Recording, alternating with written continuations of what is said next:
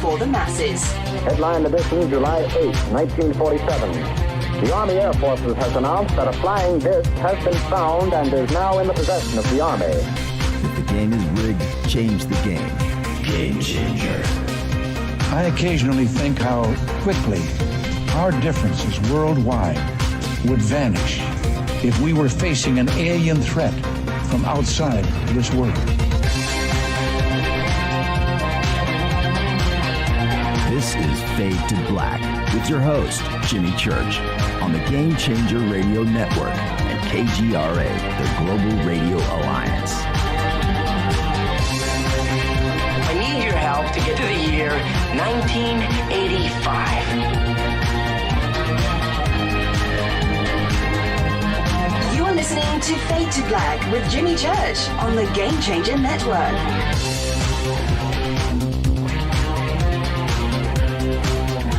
All right, good evening. Fade to Black.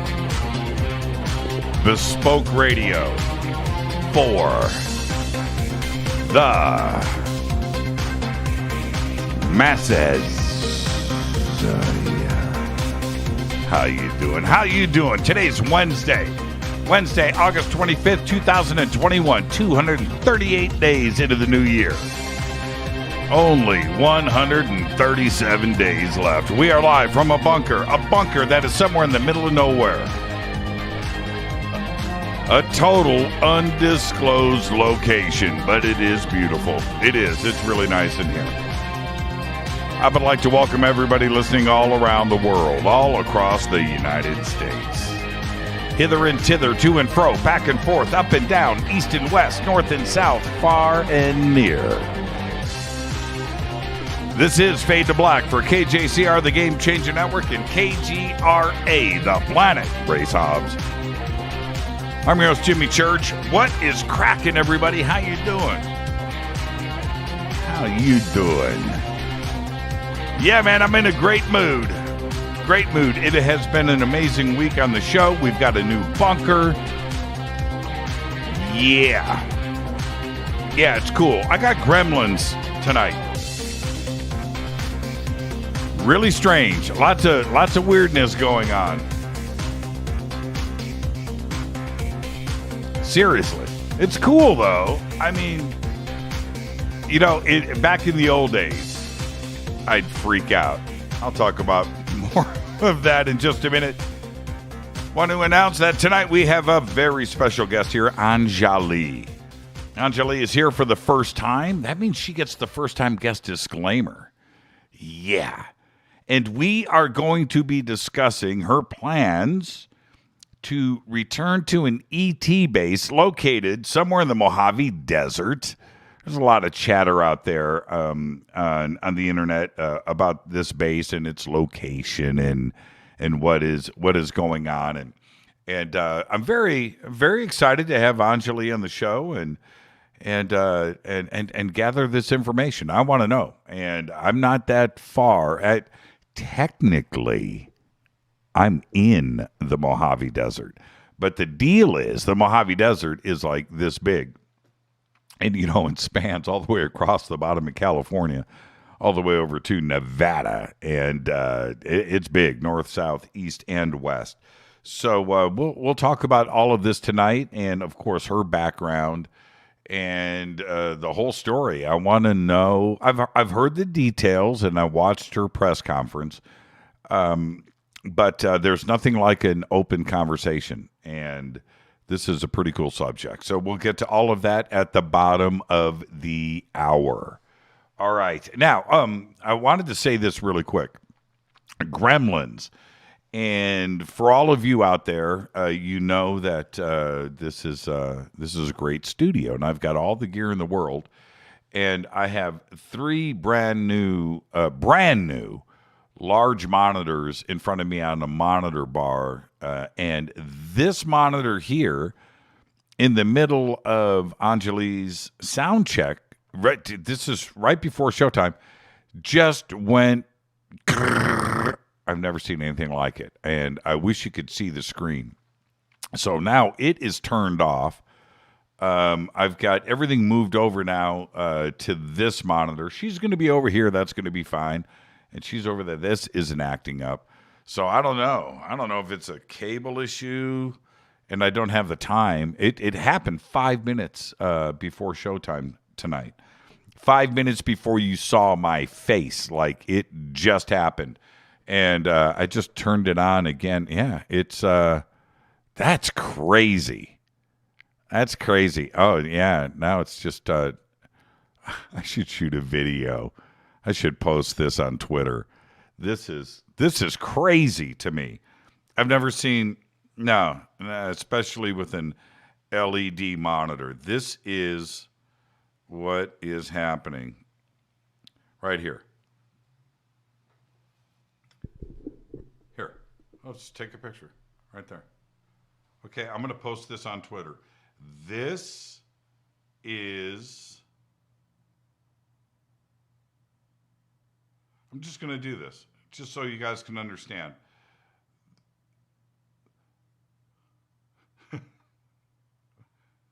This is my monitor right now, period.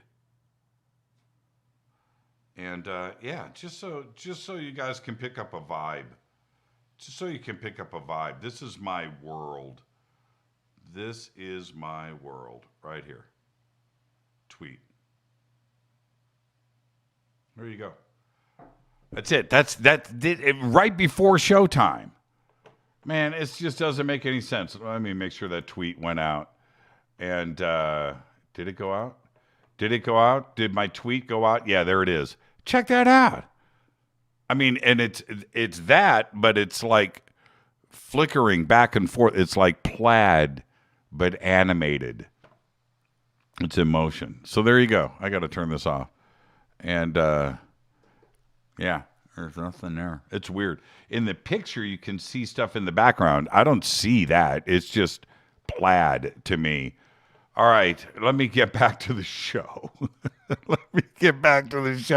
Follow me on Twitter at JChurchRadio. The Sandbox is hashtag F2B on Twitter. We don't bite. Come and hang out with all of us. Hello to everybody out there all around the world. KGRA, where else? Facebook, YouTube, TalkStream Live, the Bunker Cam, the website, Spreaker, iHeartRadio. I don't know what else is left, but hello to everybody out there listening all around the world. Okay.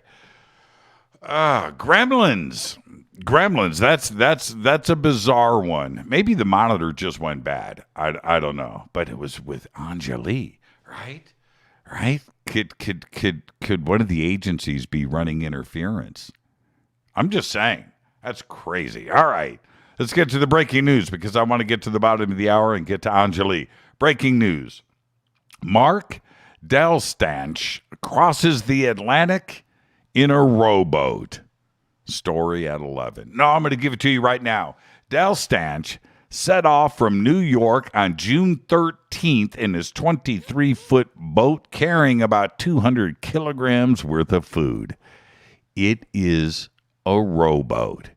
He arrived at St. Mawes, United Kingdom, early on Monday, August 23rd, and he says that he will arrive in London in about 10 to 14 days to make things official.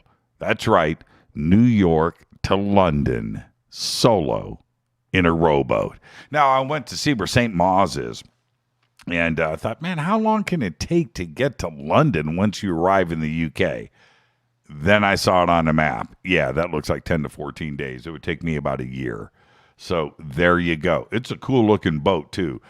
It's a rowboat. It's got a little thing to sleep in. It's high tech, but it's a rowboat. It's like a rowboat. New York to London. Absolutely incredible. Well, this just happened yesterday here in Southern California. A small airplane made an emergency landing on the southbound Interstate 5 near Del Mar in San Diego's North County. Now, this is what's crazy about it. Traffic stopped both directions. It was absolute, but there's a plane landing on the freeway. Confused and stunned, the motorist right there, a plane in the carpool lane. The single-engine Piper PA-32 aircraft made its landing sometime around 12:15 p.m. yesterday with several emergency vehicles rushing to the scene.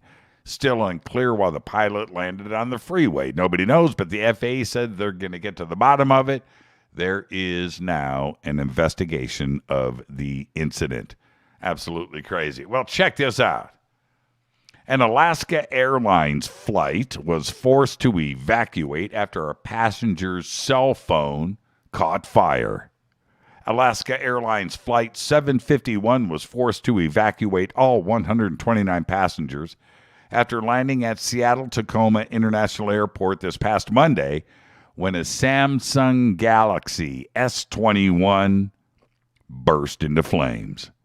The only reason they were able to figure out the model was from an interview with the phone's owner after everyone had gotten off the plane safely. Now, Samsung's been dealing with exploding phones for a long time. Remember the S9? Remember all of that? Well, here it comes. S21 exploding on an airplane. Absolutely incredible. Now, this is a great story. A fossil discovered during a police raid in Brazil has turned out to be one of the best preserved flying reptiles ever found. The raid was in 2013. Brazilian federal police recovered about 3,000 specimens kept in storage units and transferred them to the Geosciences Institute of the University of Sao Paulo for study. It took 8 years to discover the pterosaur. The remains were found preserved in 6 perfectly complementary yellowish limestone slabs that fit together to present a nearly complete picture of the creature. It had a wingspan of more than 8 feet. This fossil was found with more than 90% of its skeleton intact, along with some soft tissue in place around the bones. Now, this is the deal. They found skulls, they found pieces and bones of this pterosaur in Brazil before, but never a complete skeleton. This is absolutely incredible. Let's get the show cracking. Happy birthday to today. Tim Burton is 63. Alexander Skarsgård is 45, True Blood. Really good in the stand, too. Gene Simmons today is 72. Jazz great Wayne Shorter is 88. Another jazz great, Pat Martino, today is 77. The great one, Rob Halford, the metal god, today is 70 years old. Elvis Costello. I remember when I first met Rob. Let me back this up. Standing at the front of his house, and I was smoking a cigarette, and I forget how old I was. I was in my 30s. And Rob said, Jimmy, today's my birthday. I'm 44. And now I'm thinking 70. That was 26 years ago. But I remember him telling me that he was 44, and he was freaking out. Right? Today he's 70. Happy birthday, Rob. Elvis Costello today is 67. Keyboard great Jeff Downs today is 69. The Buggles video killed the radio star. First video ever played on MTV. That's Jeff Downs. Also was in Yes and in Asia. And Vivian Campbell is 59. Of course, Dio and Def Leppard. Our dead guy's birthday today is Bob Mayo. 1951 to 2004. Died at the age of 52. Bob was a keyboardist, of course, a guitarist, of course, but he was also a drummer. More on that in just a moment. Best known for his work with Peter Frampton and those famous words on Frampton Comes Alive. Bob Mayo on keyboards. Bob Mayo, right? In 1992, Mayo returned with Peter Frampton and recorded the album Frampton Comes Alive 2. On February 23, 2004, Bob was touring with Peter in Basel, Switzerland, when he had a heart attack and died. He was just 52 years old. Now, about his drumming. I go to see Peter Frampton at Market Square Arena. Rick Derringer opened, right? So I go to this concert, and I'm guessing it was the summer of 1977. It was right before, or fall of 77. It was right before I moved to Panama. Anyway, so I go to Market Square Arena. And Rick Derringer's opening. Rick Derringer's off the stage. And I'm a big Peter Frampton fan. Peter Frampton comes out, right? Frampton comes alive and, right? Crazy times. Great. Well, Frampton comes out and he walks right up to the microphone and he says, our drummer, John Simus, is sick. He's not going to be playing tonight. But the good news is, Bob Mayo told me he can play the drums. And I was like, what? So Bob Mayo played drums that night. They had no keyboards, all that magical keyboard. They may have, but the point is they went straight 3-piece, right? Stanley Sheldon, right? I think the bass player's name, I'm going from memory. Bob Mayo on drums, Peter Frampton on guitar. And it was an amazing concert. It was amazing. Bob Mayo, happy birthday, man. Yeah, you were a great drummer, too, as well. Blew my mind. On this day in history, OTD 1835, the first in a series of articles announcing the discovery of life on the moon, appears in the New York Sun newspaper. This was in 1835. Readers were completely taken in by the story and failed to recognize it as satire, now collectively known as the Great Moon Hoax. Look it up on this day in 1835. Fader fact. Now, this is right here, man. This is my neighborhood. Fader fact. Kenneth Shield. Kenneth Shield is a lawyer in Sherman Oaks, California. He filed for a restraining order to stop his neighbor's kids from playing basketball, claiming it dropped the value of his house by $100,000. Well, he's a lawyer, too. What an idiot. He lost. The court said denied. Rumors are those kids are still playing basketball and they play all night long right outside of his bedroom window. There you go. That's your fader fact, Kenneth Shield. That's why I don't like attorneys right there. All right.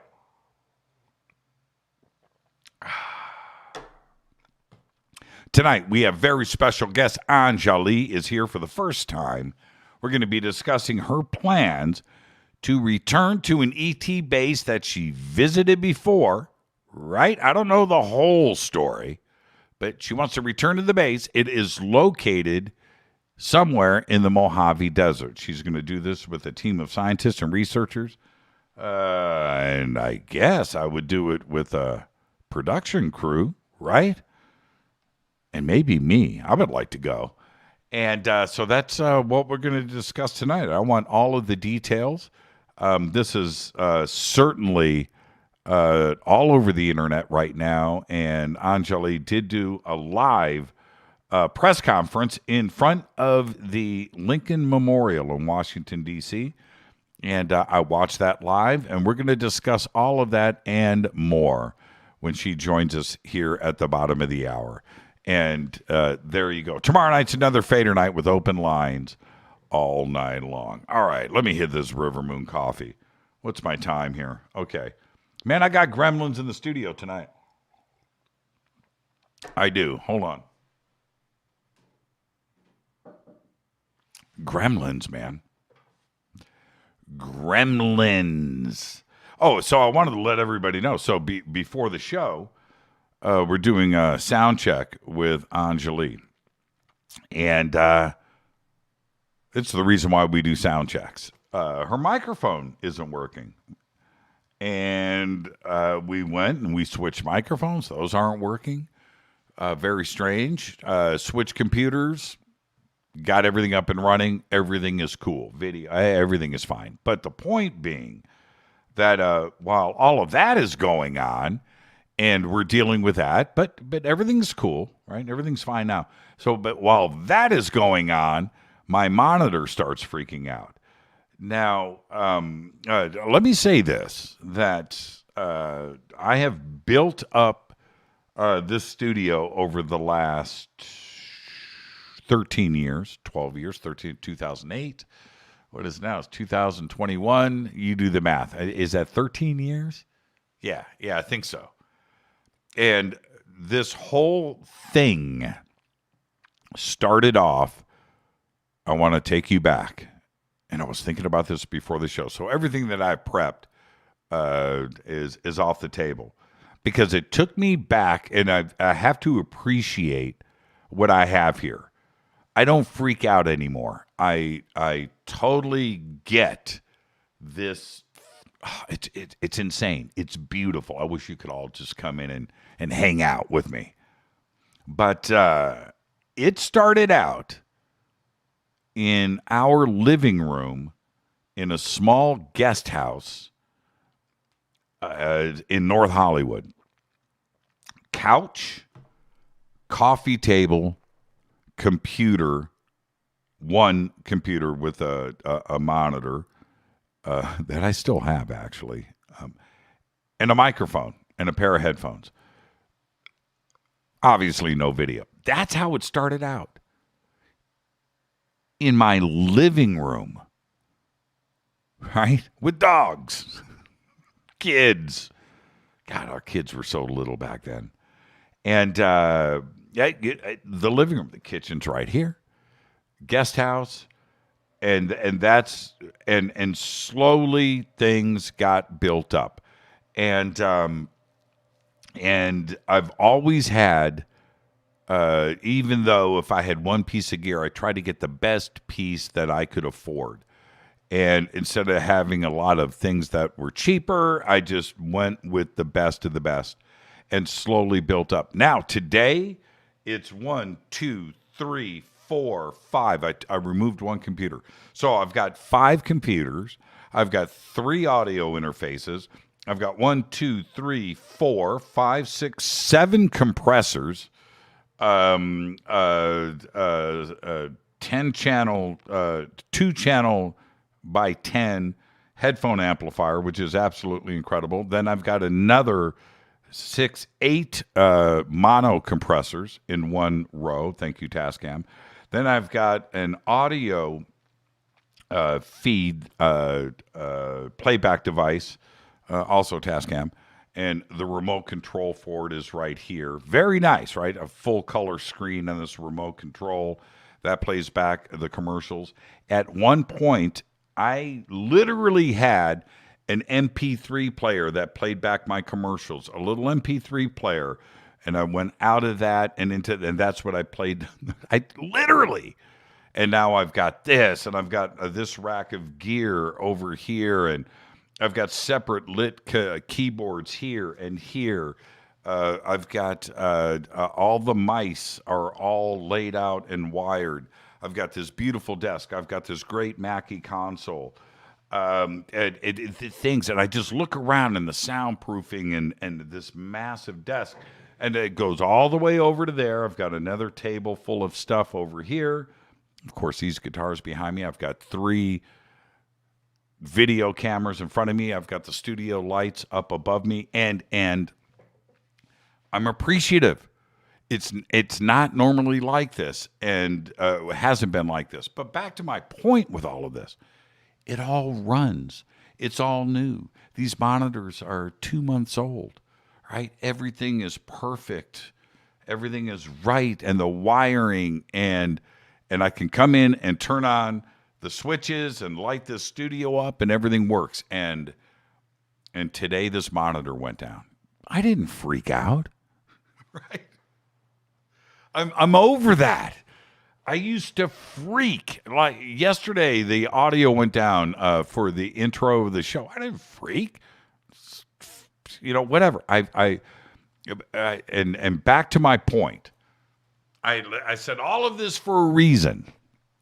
Back when I did sports for 3 years, never a problem. Computers, internet, microphones, sound, audio, phones, things. Never a blip Nothing. Start doing UFOs. There's issues every day.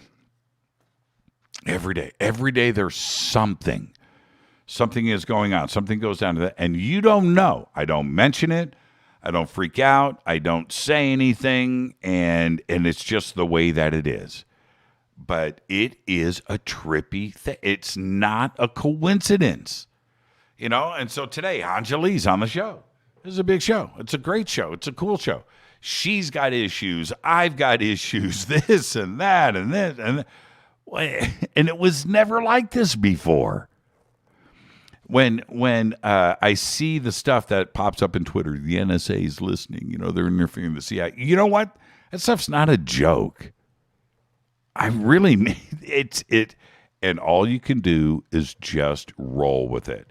You've got to put up with the fight. You've got to do it. And freaking out or saying things or getting people all wound up, it doesn't do any good. It just doesn't matter. Remember me yesterday? It just doesn't matter. The show's going to happen. It's going to go on. It just doesn't matter. Mess with me. Do whatever you want. Yeah. And when this started today, I swear I was waiting for something to pop up. The FBI has seized control of your website. You know, whatever. And it wouldn't have surprised me. It just doesn't matter. The show is going to go on. Run all the interference that you want. Just go. And think about how much over the years where the stuff is going on. Like right now. Right now I'm getting this interference in my and I don't know what's causing it. Right as I mention this. Now, am I being sensationalistic? You know, am I just saying, you know, no, this is not my imagination. This stuff is real. The message is going to go out. I had a great day today. Everything that needed to get done behind the scenes with these projects, it all got done. And wow, what a great, fun, amazing day. With that, I am going to take my break right here. Tonight, Anjali is with us. She's here for the first time, and we are going to be discussing her plans to return to an ET base located somewhere in the Mojave Desert. Tomorrow night's another Fader night with open lines all night long. I'm your host, Jimmy Church. You can follow me on Twitter at JChurchRadio. I don't even have Twitter. It's here, but it's buried now. I don't have the multiple. It's mad. But you know what? I'm not freaking out. I can click through screens, man. This is Fade to Black on the Game Changer Network and KGRA The Planet. I'll be right back with Anjali right after this short break. Stay with us.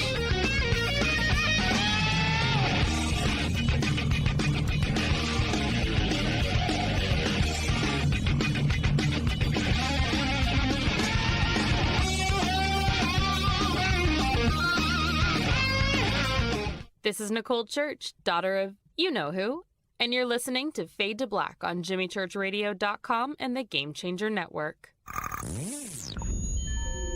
You're listening to Jimmy Church, Fade to Black. Fade to Black will now pause for alien identification.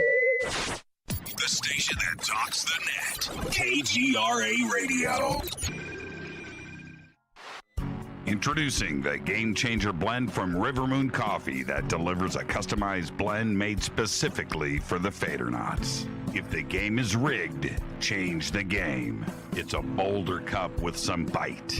Game Changer is the coffee of choice for those that prefer an organic dark roast that is slightly lighter and milder, but it's still dark. With wild notes of pecans and chocolate with a rich, balanced, full-bodied cup that is roasted to perfection for a great coffee to start your day, as an after-dinner coffee or anywhere in between. Artisan, small batch roasted to perfection. USDA certified organic, all River Moon coffee is freshly roasted and packaged in the USA.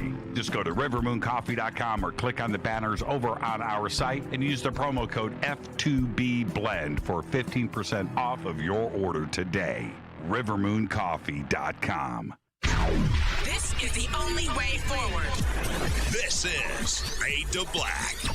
Make contact. KGRAradio.com. This is Jimmy Church of Fade to Black, and you can get our podcast for just $2 per month. All you have to do is click on the podcast banner over at jimmychurchradio.com. Hi, folks. It's troubling times, and fear is pushing emotions, which in turn pushes health the wrong direction. Do you ever get an ache because life is uneasy? Try Life Change Tea at gettheti.com. Life Change Tea works on your digestive tract, helping to move food through quicker and comfortably so your health is spot on. Life Change Tea may not help with world issues, but it will help with your digestive issues. A glass a day helps keep the intruders away. So, change your life today. Log on to gettheti.com. That's gettheti.com. If your health game is off, get on by ordering Life Change Tea. Gettheti.com. And while you're on our site, look around at the great non-GMO organic supplements. And if you're a sales shopper, go to our specials page and see what's for you. I've been drinking the tea for 12 years, and I'm sure glad for its health benefits. Again, that's gettheti.com. Gettheti.com. The tea that makes you go. Fadernauts, when you think about the future of our country and where we're headed, do you wonder about the food supply? I do. Disruptions in the food supply chain could be disastrous, and they usually occur with little warning.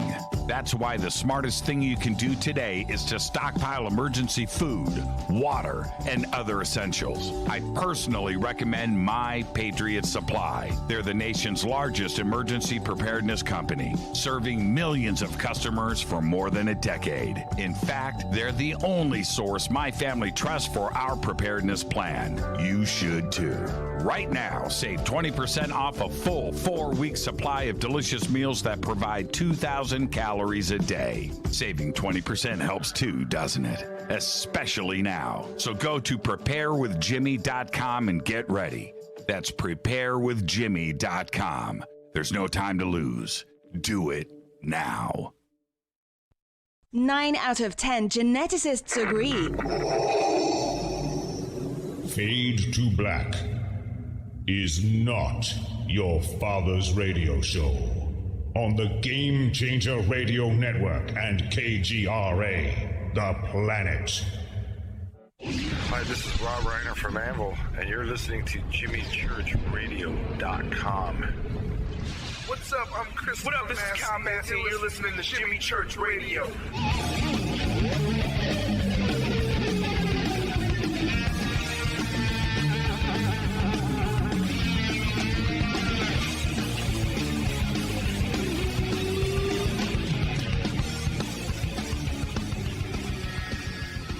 All right, welcome back. Fade to Black. I'm your host, Jimmy Church. Tonight, Anjali is here for the first time, and we are going to discuss her plans to return to an ET base located somewhere in the Mojave Desert. That's part of the story. We're going to get to all of it tonight. I'm very excited about this, and want to remind everybody, tomorrow night, it is Thursday, which means it's Fader night. Open lines all night long. But tonight, it's all about Anjali. That's right. She joins us for the first time. We're going to discuss her recent press conference at the Lincoln Memorial in Washington, D.C., to announce the formation of an international team of scientists who will enter an extraterrestrial base in the Mojave Desert. Formerly assigned to the Pentagon, it was Anjali's position supporting the U.S. Marine Corps intelligence efforts for deploying executives that first brought her to Southern California back in 2015. Now she will head the diverse team and return back to that base I just referred to before the end of 2021. She served in the United States Air Force, SAC, ACC, from 1992 to 1995. Lead Intelligence Officer, Informations. Now, listen, I don't understand any of this, so I am just going to lay it out there. Information Operations, Information Warfare, IOIW, from 2004 to 2005.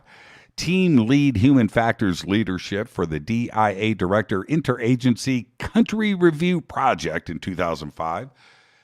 Defense Intelligence Agency Intelligence Liaison Officer, Executive Support Office, J2J3, Pentagon 2005-2006. BAE Systems Lead Intelligence Analyst for the Defense Intelligence Agency from 2006 to 2009. Caught My Government Services Social Media and Open Source Intelligence Instructor 2015-2016 at the Marine Corps Air Ground Combat Center, 29 Palms, California.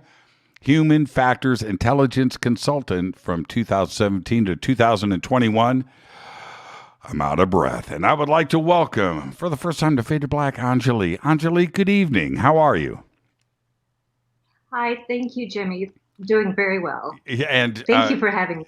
That's a long list of stuff, but we'll get to all of that. First things first, you get the first time guest disclaimer. Next time you're on the show, you're not going to get it, but you get it tonight, which is this. It's just you and I sitting on my couch, or your couch in this case, having a conversation, and where that conversation starts, it starts. Where it ends, but we're going to end as friends. There you go. All right? Pressure's off. Okay. Now, there's so many directions to go into tonight, and I can start almost at any point. But for me, I'm actually going to start in this direction, and I have a feeling we're going to go from here, then we're going to go backwards in time, then we're going to go forwards in time. But I want to start here with your career in intelligence, and some of it was based at the Pentagon, right? In that part of your life, was there anything to do with ETs or UFOs or UAPs? Absolutely not. Not in any way, shape, or form. No. Okay, and which is more or less what I expected, because now I want to go further back in time. Sure. Growing up, did you have any ET experiences or contact, or see anything strange in the sky? Yes, absolutely. Some of which I have actually recalled more detail of it now that I went under a hypnoregression with Barbara Lamb. Mm-hmm. But there was always something from, I always thought I was between 3 and 4. My mom said that I was 4 years old, a sighting that we had, that then I went under hypnosis with Barbara after I had begun to have memories of experiences from childhood. And I was questioning the validity of them, of course. And so after the hypnoregression, I had a more complete memory, a complete recall. I should say more complete, because I do not believe that I have a complete recall of it, but a more complete recall. And all of that predates, the age of puberty. So, now, and actually we could get into a sighting that I can actually, for the first time, thanks to someone that I met on Twitter, who has become a dear friend of mine, has been mining sightings in the town where I grew up in Jacksonville, Florida, and has discovered a sighting when I was 4 years old that is exactly as I have described, like the ship that I described, the craft, is exactly what is described in this sighting that someone else made. Had nothing to do with me. And it was over Jacksonville, Florida, where I was in contact with these beings and taken into their craft. Now, before we move forward, and I want everybody to understand that we went through a crazy sound check for 25 minutes. And so can I ask you, Anjali, to bring the laptop closer to you so the microphone is closer to you? Certainly. Absolutely. See, it already sounds better.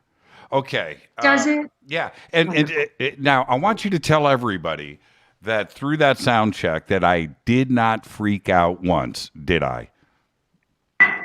Jimmy was a pillar of silence and self-control, and it was me who was gesticulating. I feel the It was so funny, and all I could say was, I'm not freaking out. It's all okay, and showtime is in 5 minutes, and I'm still not freaking out. And then my computer went blank at that moment. That was pretty wild. But anyway, all kinds of fun things. Yeah, I maintain composure. And so anyway, okay, now let's go back to Barbara Lamb is wonderful, by the way. She is a great person and beautiful inside and out beyond words. I have a lot of respect for Barbara. But when you go through a regression, something that may be there, I'm not a professional, I just play one on radio.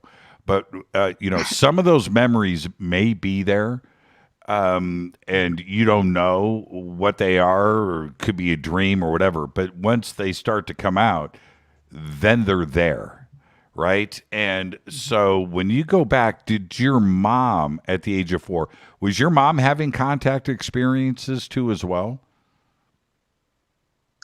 Well, she did have contact experience. My earliest memory of contact, I was 4 years old, and the story, as I have told it for years and years and years, because it was the only thing that I had remembered, is that I ran up into the living room at night and jumped up on the couch, and I was looking out the window, the front window of the living room. There were some shrubs that were there, and my mother and our housemates and all of my neighbors were standing in our driveway looking up, particularly looking up over the house.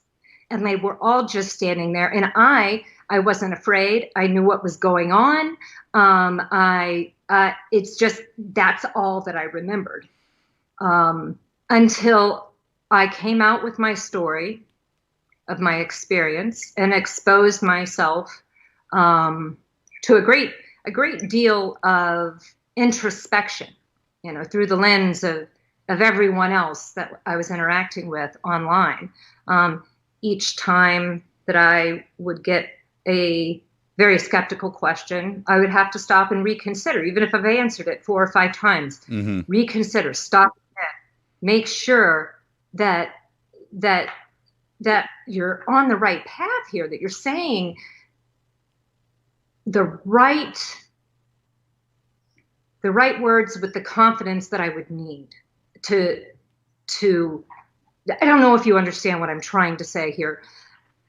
I was concerned that if I only regurgitated the same answer over and over, copying comments here and there, that it would not seem like I was doing any kind of sincere effort to consider the skepticism and the questions that were being asked. The how do you know this and the why is that? Each time to stop and reconsider why I felt like I had the answer to that question. And so there was a lot of introspection that was going on. And I disconnected for a while and did so much meditation in every day that the conscious contact began to pick up in my life. And I had a flood in of memory of being very young, around the age of 3 or 4, and I was in the craft. And how this occurred, do you want me to? Yes. To continue. Yeah, stay in your thoughts. Stay right there. Okay, so I was doing a meditation, and when I meditate, I always place myself on a beach. I like the sound of the waves coming in and out, and so that becomes like the rhythm of my breath and like the pulse that I'm looking for internally. And so I like to stand on a beach, and if anything bothers me, or I have intruding thoughts that continue to interrupt my meditation, if it's, something I need from the grocery list or a conversation or a comment, whatever it is. I have a box, a black box that I put on the beach, and I will turn around and put whatever it is in the box, and close the lid, and then put my back to it and go back to, looking at the ocean and go back into the meditation. So of course, this is a mental process of really going to another place. Mm-hmm. And this one particular day, I was having a very difficult time not staying focused. And I wondered what would happen if I put myself in the box instead of the thing that was bothering me. How could that turn out? And so I turned around. I'm standing on the beach, mind you. I turned around. I opened the box. The bottom of it is just, it's just a flat, like rectangular box. I got into the box and I closed the lid, and I stayed there in that box meditating until I didn't hear the waves anymore, to try to completely put myself inside that box.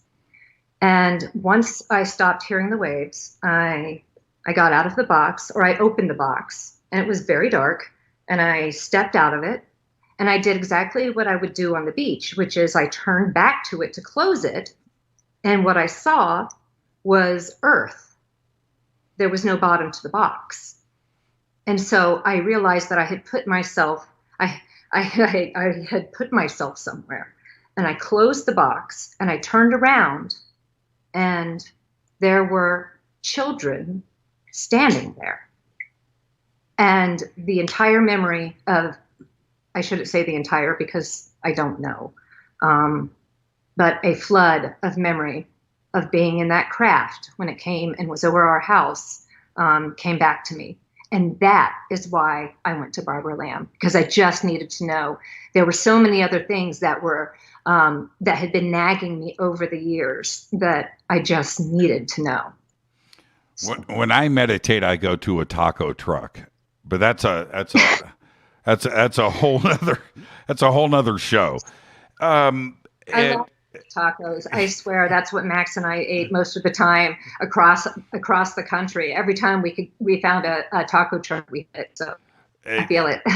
It's God's gift to this planet Earth, taco trucks. Now, I want to jump forward because that's now, but I want to jump forward from the age of 4. And as you go through your professional career, any interest in UFOs, or I ask if anything came up professionally at the Pentagon or the Air Force, but did you have any contact or any interest privately through your career? I will admit to searching once in JWIX to see it, which is a classified database of intel. Yes, it is. You jumped. What's your search word? What are you looking for? UFO, little green dudes? I did just about everything you could think of, if it was even remotely related to it, and it was outside of my my need to know, and there weren't any keywords that matched up my need to know, and I just didn't get any search results.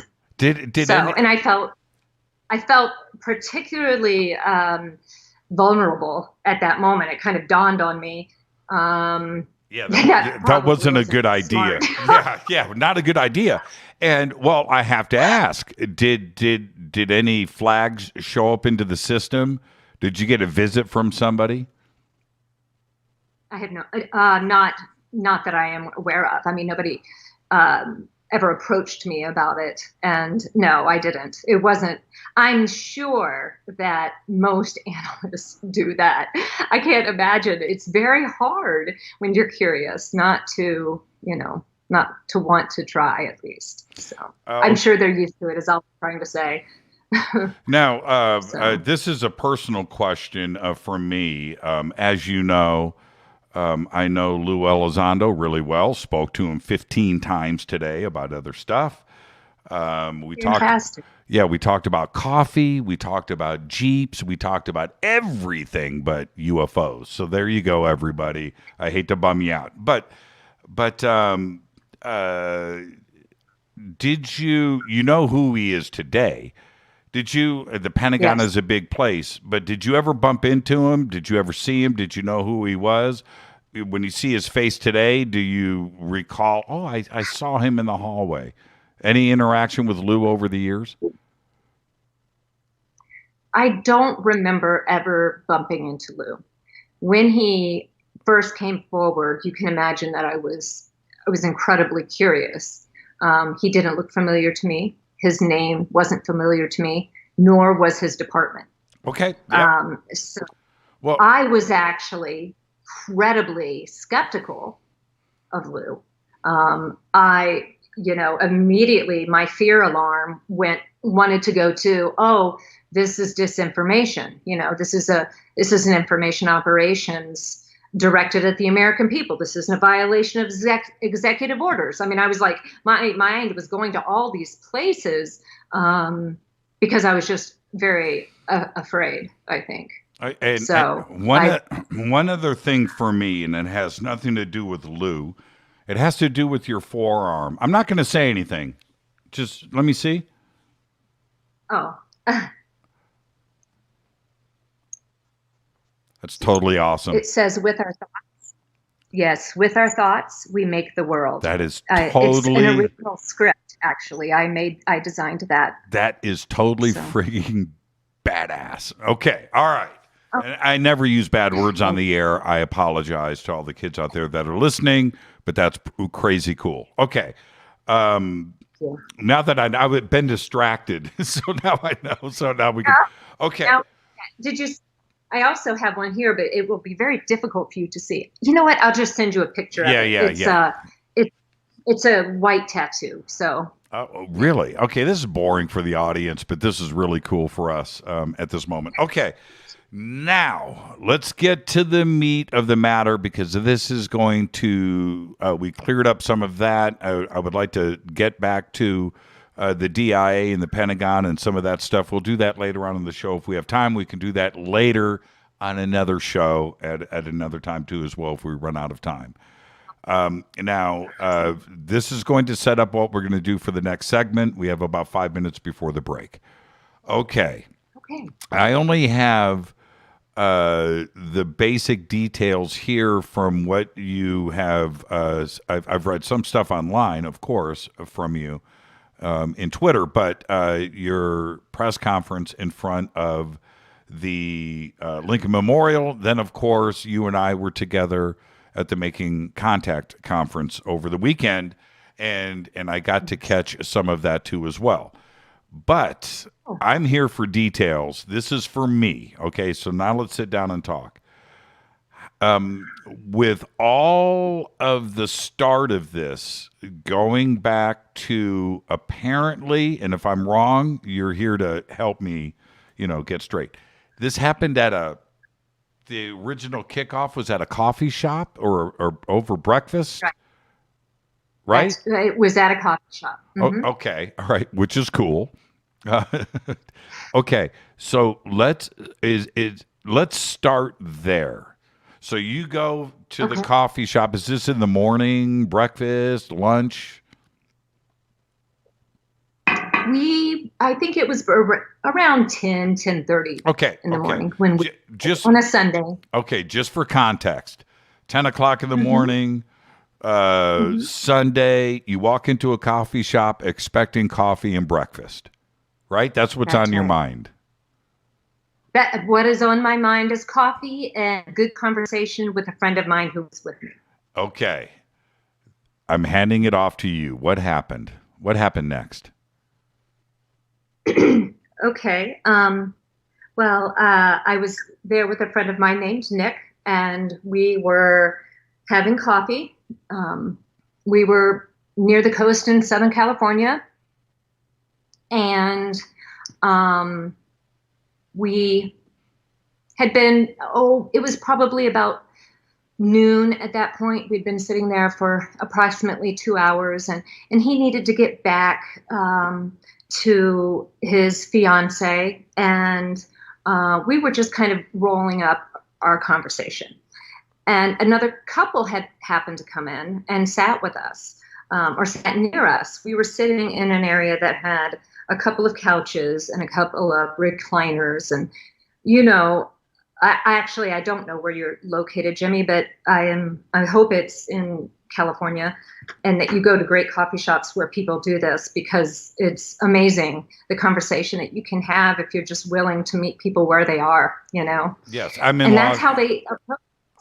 I'm in Los Angeles, so all right, on the far side of LA County. Okay. All right. Okay. So, so the couple came in, and they sat near us, and were very friendly. They made it clear right away that they wanted to have a conversation with us, and I was okay with that, because I knew my friend Nick was leaving, and I wasn't quite ready to leave. I thought it would be nice to hang out at the coffee shop for a little while more. So we struck up a conversation. And at some point, my friend Nick had to head back. And so he went, I walked him out, and I came back and sat down, and they had moved down closer to the end of the couch. And he just asked, after a long conversation about our health, both of us had conversation about our health with each other. And that's when he had divulged that he was suffering from cancer, and was trying everything that he could to move himself down in stages and of a disease that people typically don't live with. And he was meditating and pursuing other ways of healing him that we never really got into at that point. And so he had gone down in his stage of cancer after a lot of treatment hadn't been working. And so he really wanted to talk to me about my health. He was very concerned for me. And so at some point he said, what do you think of aliens? And I said, well, what do I think about aliens? I freaking love them. And he said, well, would you like to meet some? And I was fresh off of my first conscious contact, where I actually was having communication with a being that I wasn't able to understand. I was aware that this communication was happening, and I was concerned. They were telling me that they were a higher being, or that they weren't human, that they were, that they were here to help humanity and giving advice. And okay, let me jump in right there. We have to take a break. That's a perfect spot to do that. So let's get this in. This is Fade to Black. I'm your host, Jimmy Church. Tonight, Anjali is here for the first time. We are discussing the whole story. And there's an ET base somewhere in the Mojave Desert, and she's going to return there, which means she was there once before. We're going to get to all of that right after this short break. I'm your host, Jimmy Church. This is Fade to Black and the Game Changer Network and KGRA, The Planet. Stay with us.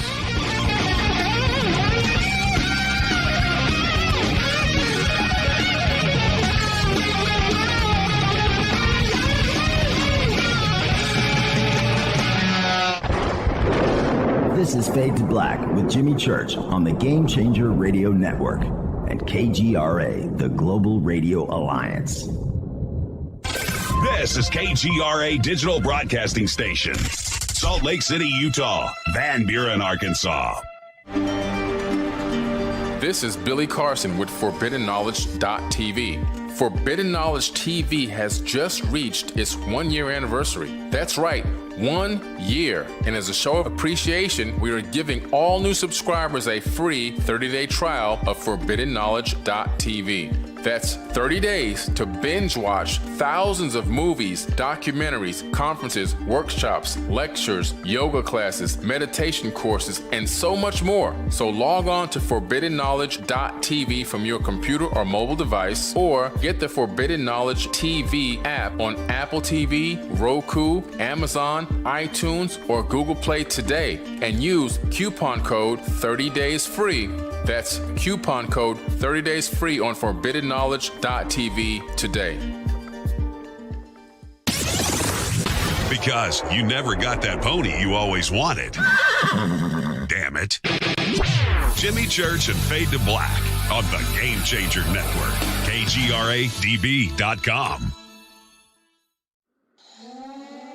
Listen, I know, and you know, that you've always wanted your first crystal skull. Or maybe you're a collector just like me, but you just don't know where to go to find the real thing. Then I met Carolyn Ford over at EinsteinTheCrystalSkull.com. Carolyn is the guardian of Einstein, one of the most respected ancient crystal skulls in the world. All of her unique skulls have been imprinted sitting with Einstein in his sacred lodge and are carved from the finest gemstone and materials.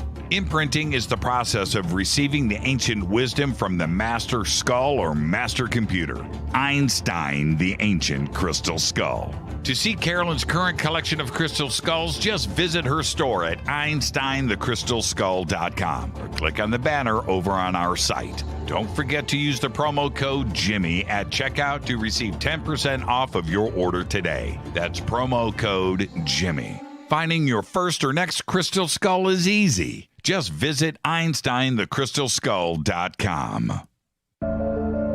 When you take the beans from Central America with dashes of Indonesian and African mixed in and then roast it to the dark side of Fade to Black, you create the ultimate brew of fringe.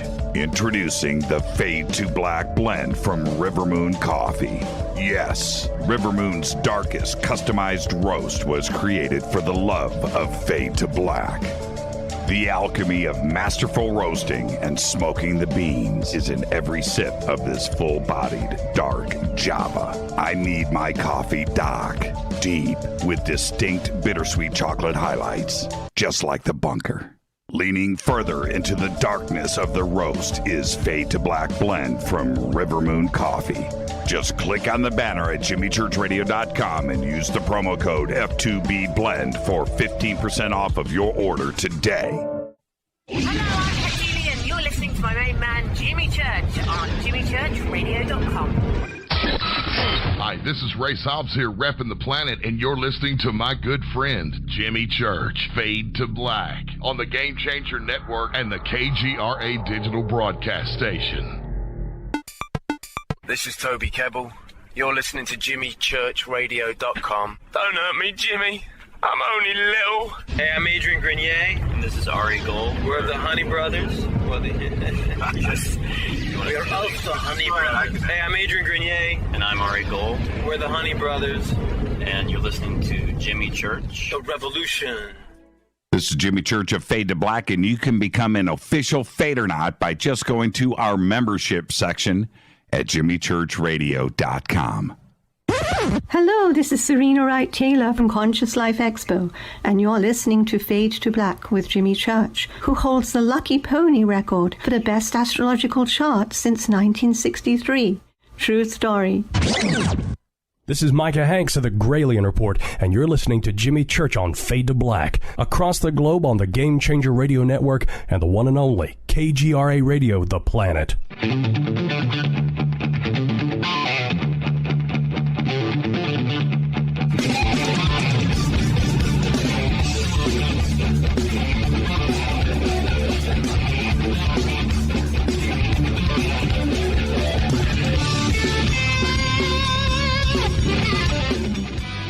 Welcome back. Fade to Black. I am your host, Jimmy Church. Tonight, Anjali joins us for the first time right here on Fade to Black. She just had a recent press conference in front of the Lincoln Memorial. That was live in Washington, D.C. Travel back across the United States. She's back and with us first thing tonight here on Fade to Black. It's a very interesting story. And just a quick recap. Where we left off before the break was in the coffee shop where the conversation, which is a few hours long, goes straight into you want to meet some aliens. Now, I have a quick question at this point.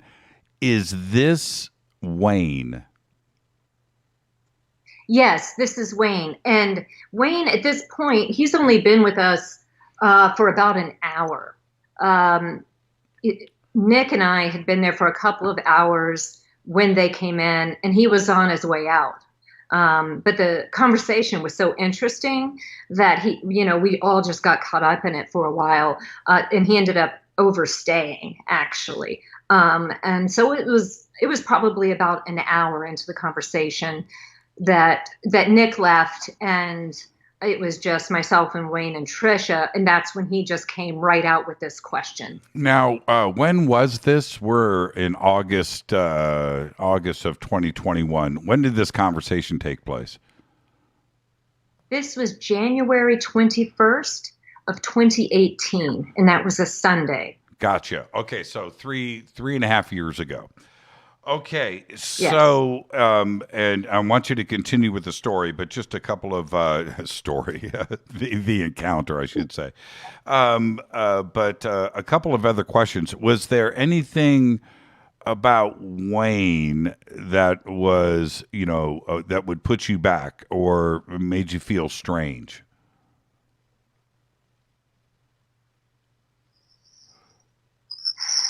Remember, we're live on the radio. Dramatic pauses. Sorry. That's okay. So sorry. No, I just had to stop, and I'm trying to give you the consideration that you deserve. It's a good question. Yes. No one has asked me that before. But yes, you're correct. I'm sorry, I forgot. Well, I was very comfortable with him. If anything, I found him compelling, interesting. His wife Trisha was just quieter, I mean, she would engage, but he was definitely the one leaning forward with everything. Sure. And how old is Wayne? How old is Wayne? Oh, I don't know. I think we might be around the same age. He's probably in his, mid 40s to early 50s. I don't know. Remember, I'm just trying to create the theater of the mind. So we're in a coffee shop. Sure. We've got soft, comfortable chairs, drinking the caffeine, engaged in conversation, my favorite thing to do in the world. And then, of course, to talk about aliens, right? Let's throw that in the mix. This is pretty cool. Okay. So what was your response? Yes, of course. I wanted details. I said, well, of course I do, but what are you talking about here? And so he went into an experience where he said that he had been seeing. Well, first of all, he owns some property out in the Mojave Desert that includes. It's in one of the mountain ranges, and so he owns a mountain. And he said, this is how he put it. The reason I'm explaining this is He put it this way. He said, I was seeing a lot of UFOs over my mountain.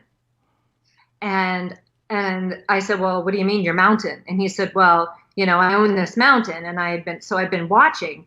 And so he said that one night he went up to the top, and that because he thought that he had seen like a craft and a light. And so he went up there, and he said that he encountered what he said were aliens. And that they told him that they had a base inside of his mountain. And that was the extent of the information that he gave me on it. He said he didn't remember very much, but that he became obsessed with digging into the mountain.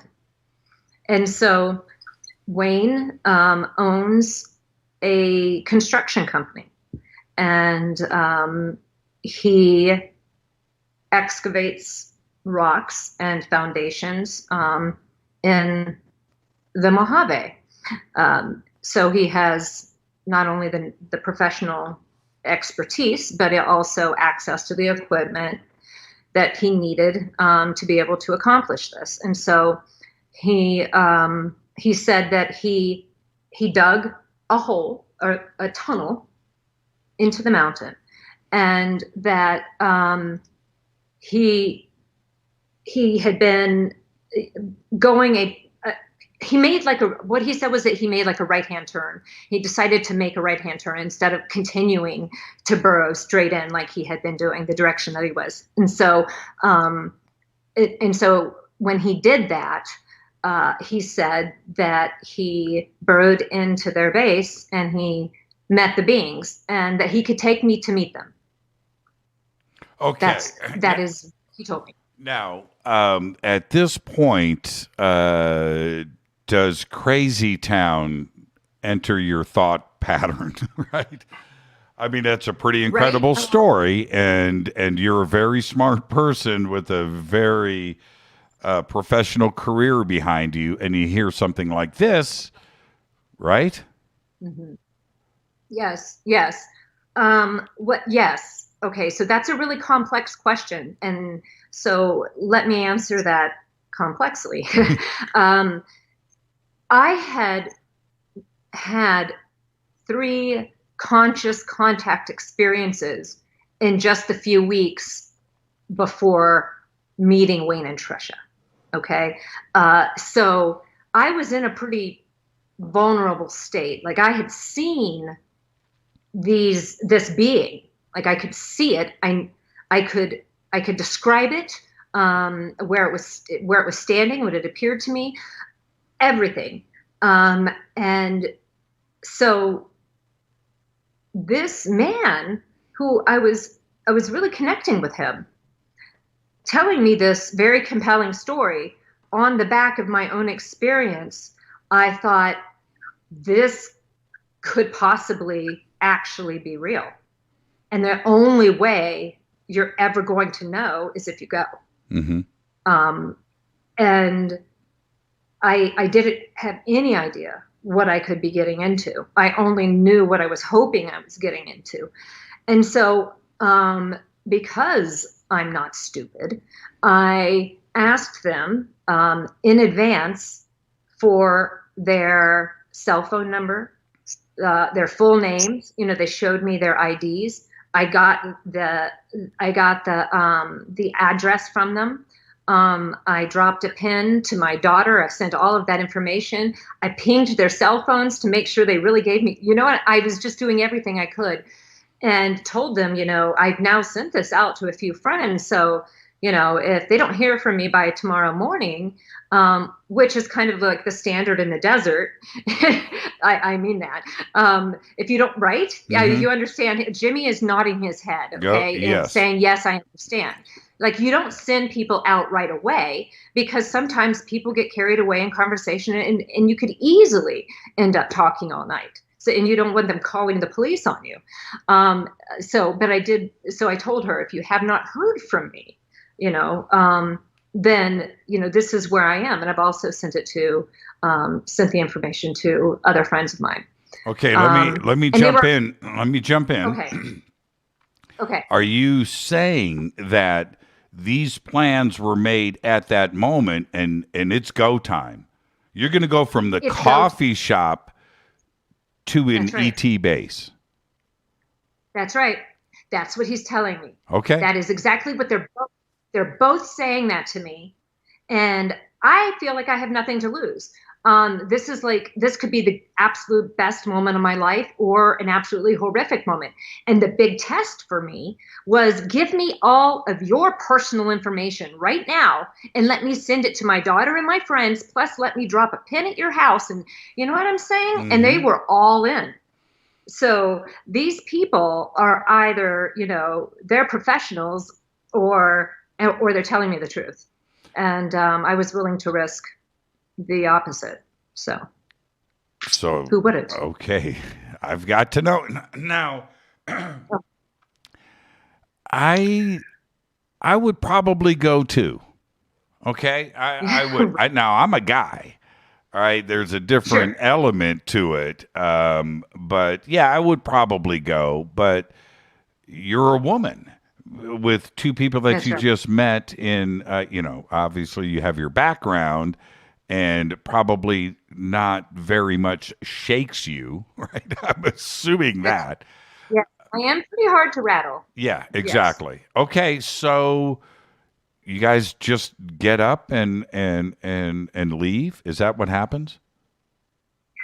Well, essentially, but before then, while we were having, while they were exchanging their information with me, I noticed another couple that came in and was standing in our area, in the where we were standing, and Trisha got off the couch and started talking to them, and turns out that they were friends of Wayne and Trisha's, and they immediately, Wayne just says, just right out loud, yeah, I'm going to take her to the aliens. And he was like, all right, cool.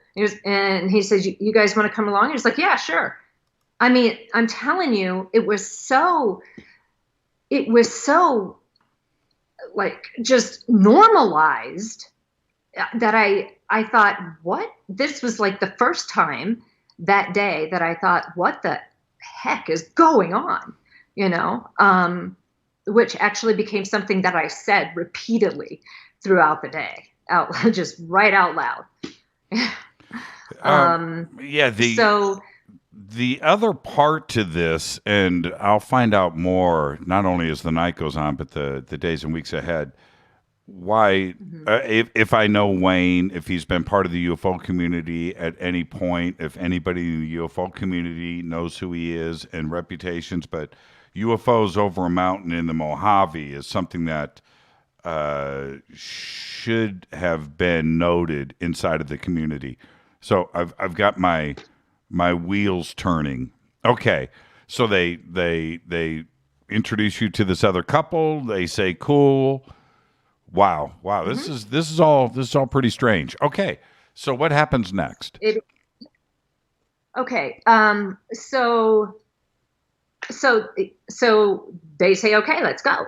And the other couple had just arrived at the coffee shop, and so they said, whatever they were saying about, I don't know, getting a drink or whatever. But they said they would be right behind us. And so I followed them. It was quite a drive. And we arrived at their property. And we went into the house and we waited for their friends for, I don't know, maybe half an hour or so. It doesn't really matter. But during that time, we were just talking more about his relationship and his experiences with the beings that I know to be, that I refer to as higher beings, that at that time he was referring to as aliens. He has a beautiful home, and as you would expect, and so he has like an arched way that cuts his home in half. It like really designates one part of the house from the other. And we were standing in this kitchen area, and he went and stood under it and put his hand up and smacked the top of it. And he said, "This is where they put me when they're done." And I said, "What are you talking about?" And he said, "Yeah, after I've been talking to the aliens, when I go see them, this is where they teleport me back." And I was just awestruck. I didn't even know what to say. He was so sincere and so just forthright about it that, again, I was just thinking, this is the greatest day of my life or the worst. That was going into that tunnel no matter what. And so the friends do show up. Yes. Mm-hmm. And so we took. I was going to say, I'm sorry. did the friends, I'm trying to think, it's 1, 2, 3, 4, 5. Did the 5 of you all go together? Yes, we did. Oh. Yes. The most of the walk, it was quite a jaunt. It was far enough that I was concerned about whether or not I was going to be able to make it. I was actually really struggling to make it. And it was, I don't know how long we walked, because my focus was on trying to stay, on my feet, really, because I was feeling very weak. And what was propelling me forward was this amazing conversation that was happening between Wayne and I and his friend. And it was just, he was explaining on the way there, what he had done to conceal, and explaining that once we arrived, what I could expect. And then before I knew it, we were there. And he had indeed hidden it just as he had described to me. And so he pulled back some of the camo, and because there was some camouflage netting up, he pulled it back, and there was the tunnel. Now, so, is the tunnel, could you walk in it? Was it tall enough to walk in? It was. Now his friend, Wayne's friend who was with us, is a little taller than Wayne. He's maybe, I don't want to speculate, but he was taller, and so he hunched a little bit, but I don't really know that he needed to, or if it was just kind of the reaction of a tall person in a tunnel, but he kind of shrunk his shoulders and arched his back a little, you know what I mean? I'm just trying to make sure he wasn't hitting his head, but nobody was in danger of hitting their head or falling.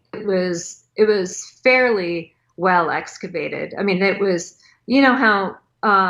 how the paths are on the trails in the Mojave. It was very much like that, There's area of sand, and then there's area of a rock jutting out that, he just didn't get all of it. And you just have to kind of watch your footing. There was nothing bizarre about it, honestly. Was it? Except that that I was going to see, the aliens when I got to the end of it. Right. That's actually funny. Were there lights? Is this at night, or is this still during the day? It was approximately 3 p.m. Okay, so when we got to the tunnel. Yeah, when we arrived at the tunnel, it was approximately 3 p.m. And what do you guys have? Flashlights? Yes. One of them had a headlamp, and there was a flashlight. I had my phone. My camera light was on. My torch on my iPhone. I had that ready to go for whatever was going to happen. Camera on, open, light on, and that's how I walked all the way through there. We could see fairly well. Trisha and her friend were behind me, and they were chattering. I mean, they were just literally just catching up like old friends do. And it was really strange to me because this was such an incredible moment for me, very intense. And I was really not understanding the way that the people were acting around me, because they were so cavalier about going into this tunnel and meeting these aliens that I really started wondering what I had gotten myself into. And I was becoming increasingly, frustrated, and starting to wonder if I'd been had. And then as we made our way through, there was a light that was at what looked like the end of the tunnel ahead of us. Now, how long is the tunnel? How long, if you were going to guess? Oh, goodness. I really don't want to speculate. Every time I do, Jimmy, I get raked across the coals. I'm just not going to do it. I was walking for several minutes, and that's what I'll say. And then we saw the light, and he said, we're almost there. And his friend became more excited because I was, like pushing forward at this point, trying to get beyond them. And so, he was kind of like giggling, like, yeah, she's really in it now, like, this is awesome. She's about to have an awesome experience. And just, he was becoming more animated. And so I got around him and I stood beside Wayne, and we came around he had indeed made a right-hand turn, and we came around the corner, and there stood two different races of beings inside of their base, standing right there. Just like that. So, just like that. Just like that. I'm 30 seconds from a break, so obviously this couldn't have been timed any better. This is a good spot for a break. And when we come back, we will continue. Of course, we're talking to Anjali and her first time into this ET base in the Mojave Desert. I have to say this. You must have been relieved that it was ET and not a torture chamber for the end of your life, right? Like some kind of like snuff film or yes. something. Yeah, I was incredibly relieved.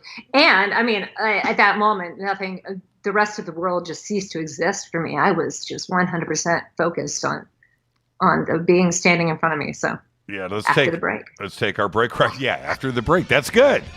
That's good. I got a co-host tonight. Anjali is here in ET base in the Mojave Desert. More with Anjali when we come back. This is Fade to Black. I'm your host, Jimmy Church. Stay with us.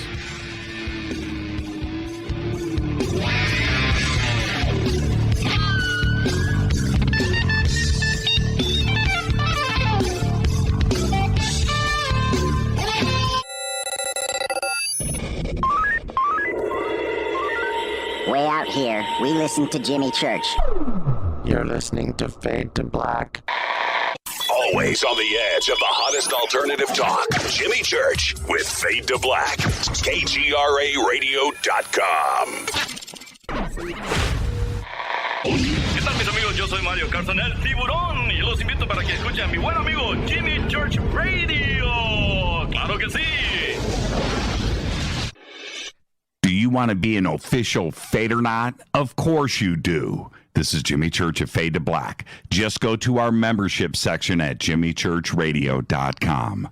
This is Jimmy Church, and I invite you to attend the 20th Annual Los Angeles Conscious Life Expo live and in person this September 17th, 18th, and 19th at the LAX Airport Hilton. Connect with exhibitors, community, thought leaders, and friends as we begin to recreate the world. You can also watch the expo from the comfort of your own home. Live stream from the main stage in Los Angeles and from the main stage in London. Truly a global simulcast event broadcast around the world. Live stream and in-person expo tickets are available now. I'll be your host all weekend long from Los Angeles. And on Friday, it's my Ancient Secrets and Earth Mysteries themed segment with James Keenan, Caroline Corey, and William Henry. And on Saturday, Daniel Sheen and I sit down for a one-on-one interview live. We have an amazing lineup of 25 speakers, including Bashar, Gail Thackeray, Kimberly Meredith, Whitley Strieber, Stephen Bassett, Daniel Brinkley, and Lisa Garr. Please visit ConsciousLifeExpo.com for tickets and info. That's ConsciousLifeExpo.com and use that promo code Jimmy for a special discount.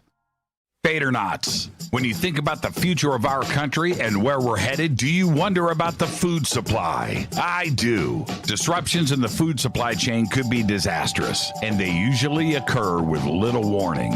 That's why the smartest thing you can do today is to stockpile emergency food, water, and other essentials. I personally recommend My Patriot Supply. They're the nation's largest emergency preparedness company, serving millions of customers for more than a decade. In fact, they're the only source my family trusts for our preparedness plan. You should too. Right now, save 20% off a full 4-week supply of delicious meals that provide 2,000 calories a day. Saving 20% helps too, doesn't it? Especially now. So go to preparewithjimmy.com and get ready.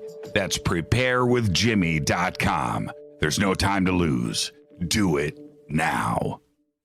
So, you love talk radio? Then you'll love TalkStreamLive.com. TalkStream Live is always on, 24/7 with the best streaming talk shows. Find your favorite talkers and discover some new ones. It's free, readily available online or on mobile with any smartphone or tablet. Finding your favorite talk shows all in one place has gotten a whole lot easier. Just go to TalkStreamLive.com. Be sure to download the free apps from Google Play or the iTunes App Store. You listen to us, and we listen to you. And so does the CIA. KGRAradio.com. You are listening to Fade to Black with Jimmy Church on the Game Changer Network.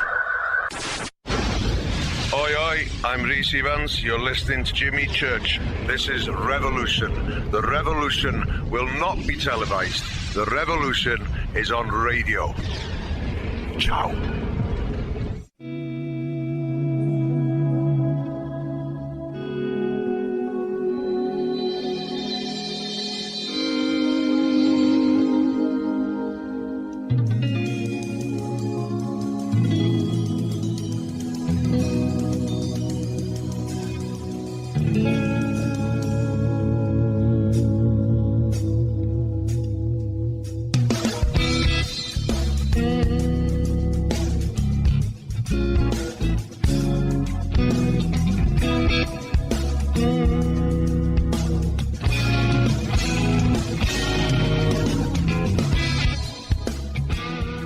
Welcome back, Fade to Black. I am your host, Jimmy Church.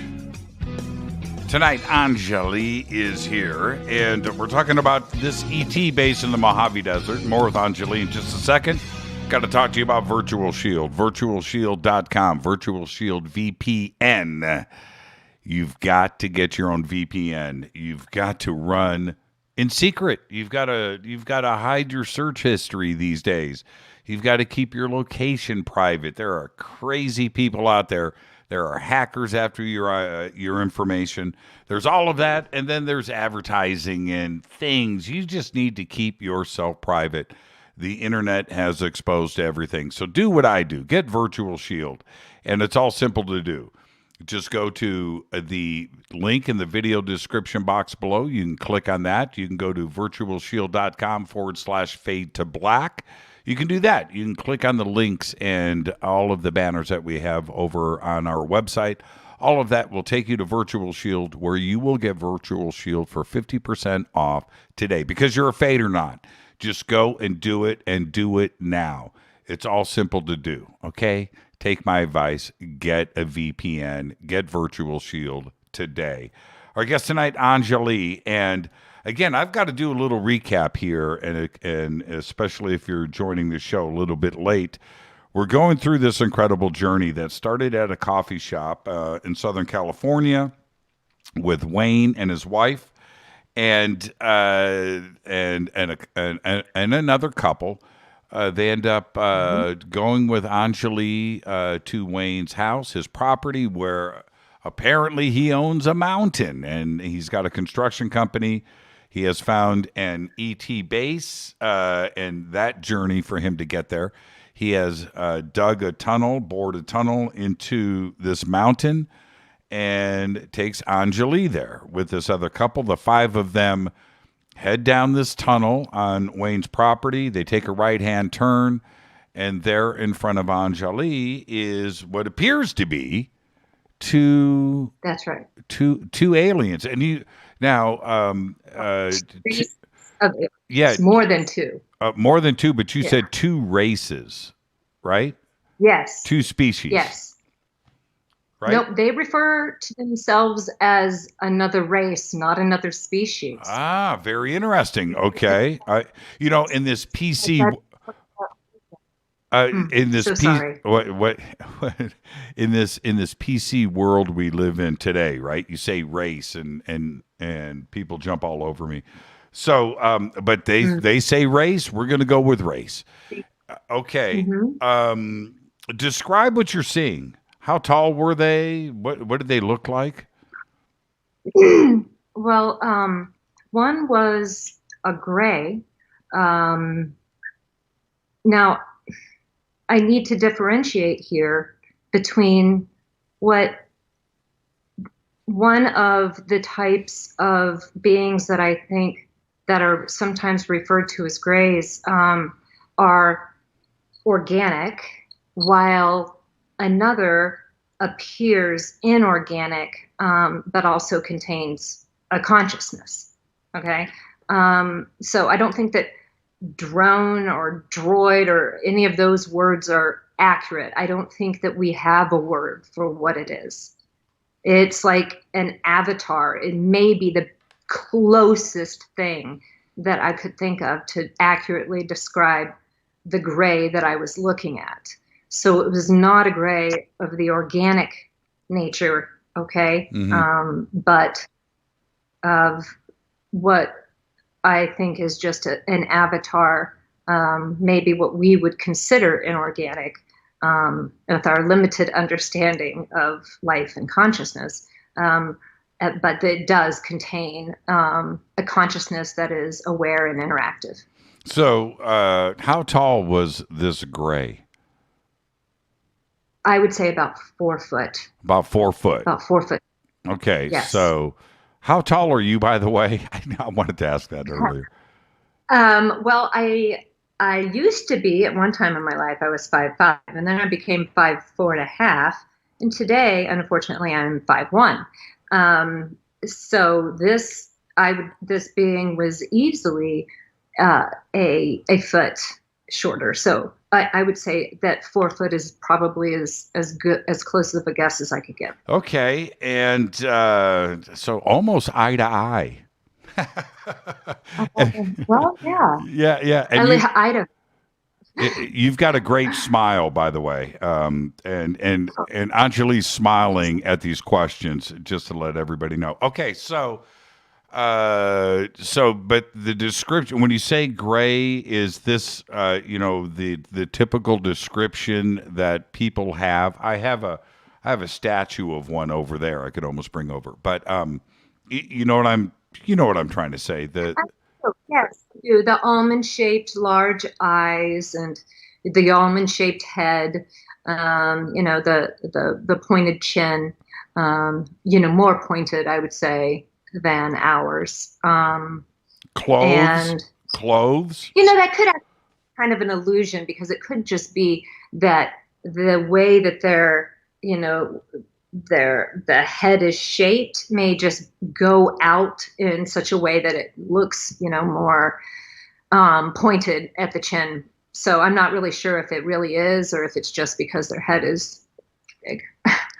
But a very thin neck, and I would say, just all in all, spindly, with the closest kind of fabric that I could think of that was over the body is like a neoprene, a grade neoprene, and it's they just looked right at me and spoke to me right into my head. Okay, we'll come back to that. Describe the second being. Okay, so I'm so sorry. The second the second race that was there. And I need to say that the gray, no discernible gender. Yeah, just nothing that not even like it's trying to replicate, the idea of a gender in an inorganic, like if we were to say like it's a metal robot. Okay, I'm not saying that that's what I saw so that everybody's out there. I'm just saying, that if it were something like that, you understand. So, so the other race was quite tall and quite beautiful. They're very humanoid, slender, but fit. Around 6 foot, maybe a little taller. Male and female gender expressions in their appearance. Like one of them had longer hair and was more feminine. So they appeared to be feminine and masculine, while also being, very, just slender. But their hair was really quite pale, and verging on white, and their skin was very white and almost luminescent, perfect.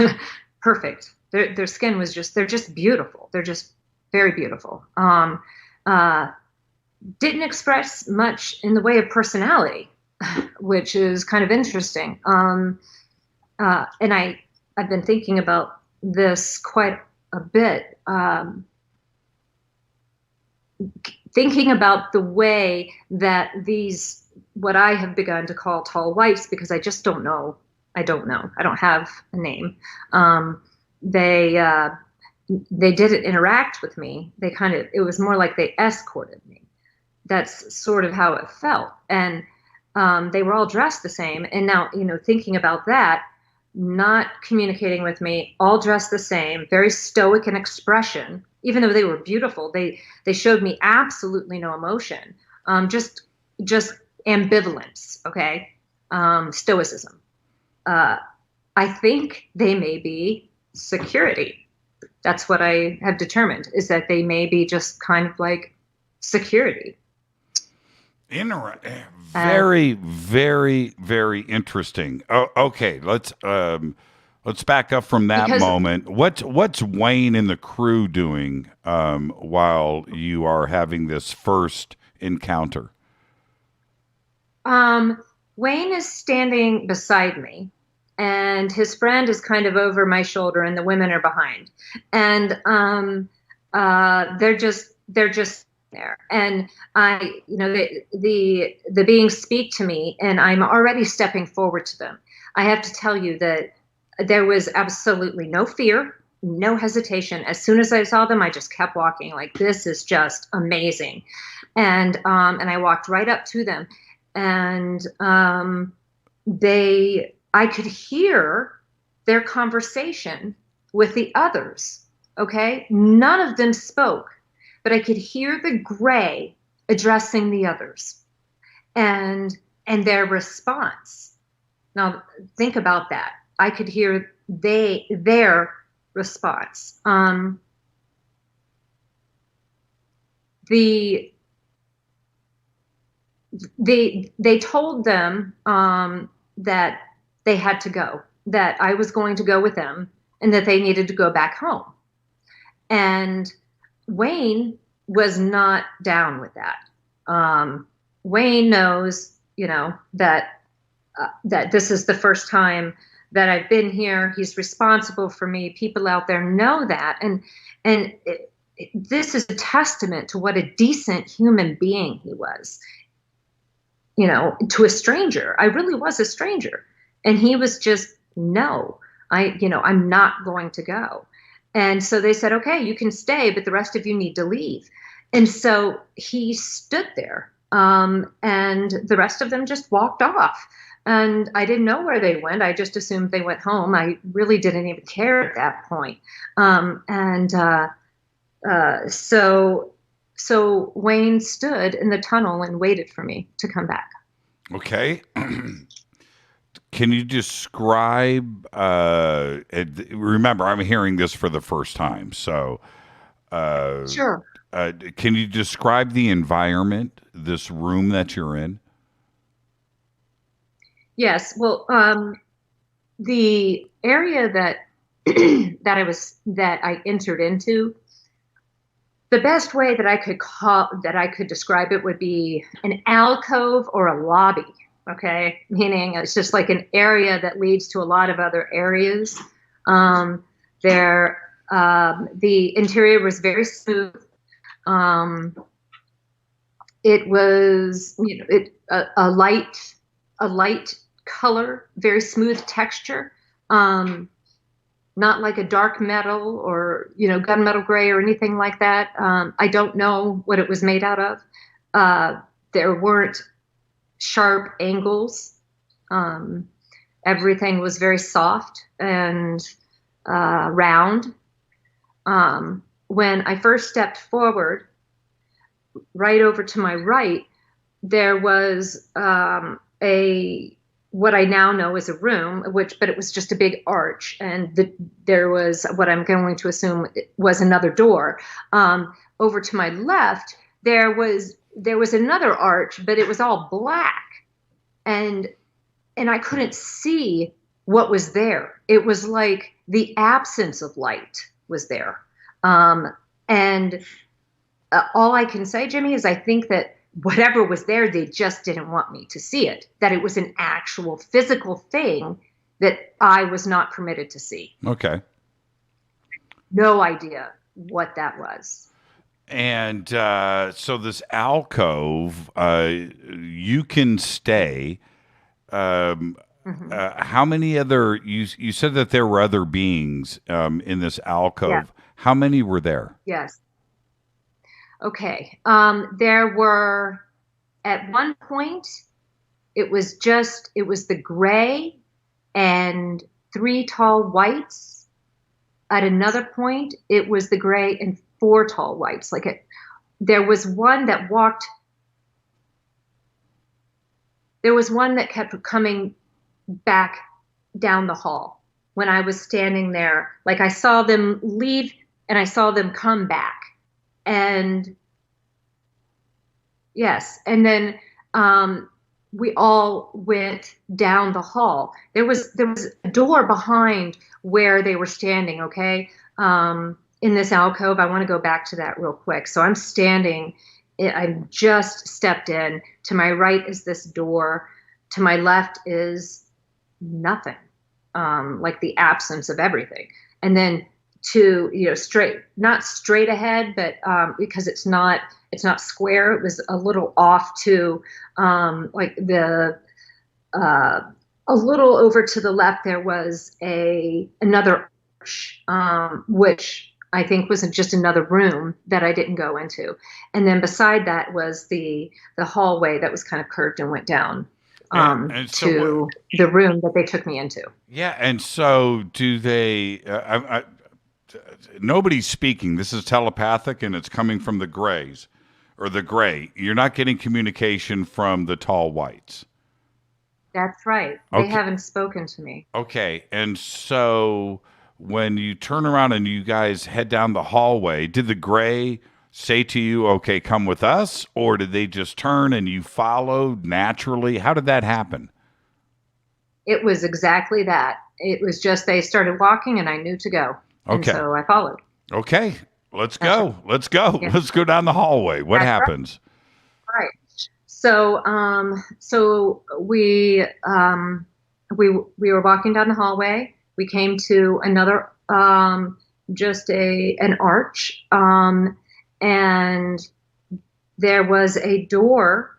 I didn't know that they were doors at the time until this moment, but a door slid like what do they call it? Like a pocket door, I think they call them.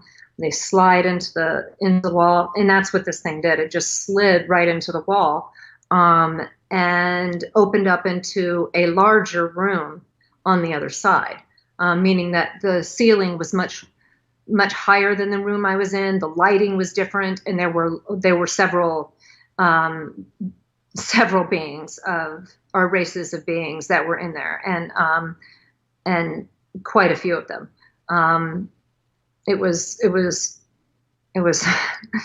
was quite an overwhelming moment, you can imagine. Yeah.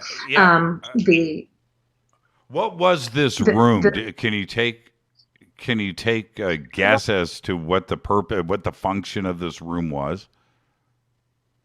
Yes, and I want to start with the very first thing that I saw, or that I noticed when the door opened, because it really helps me to understand who this being is and what their purpose is.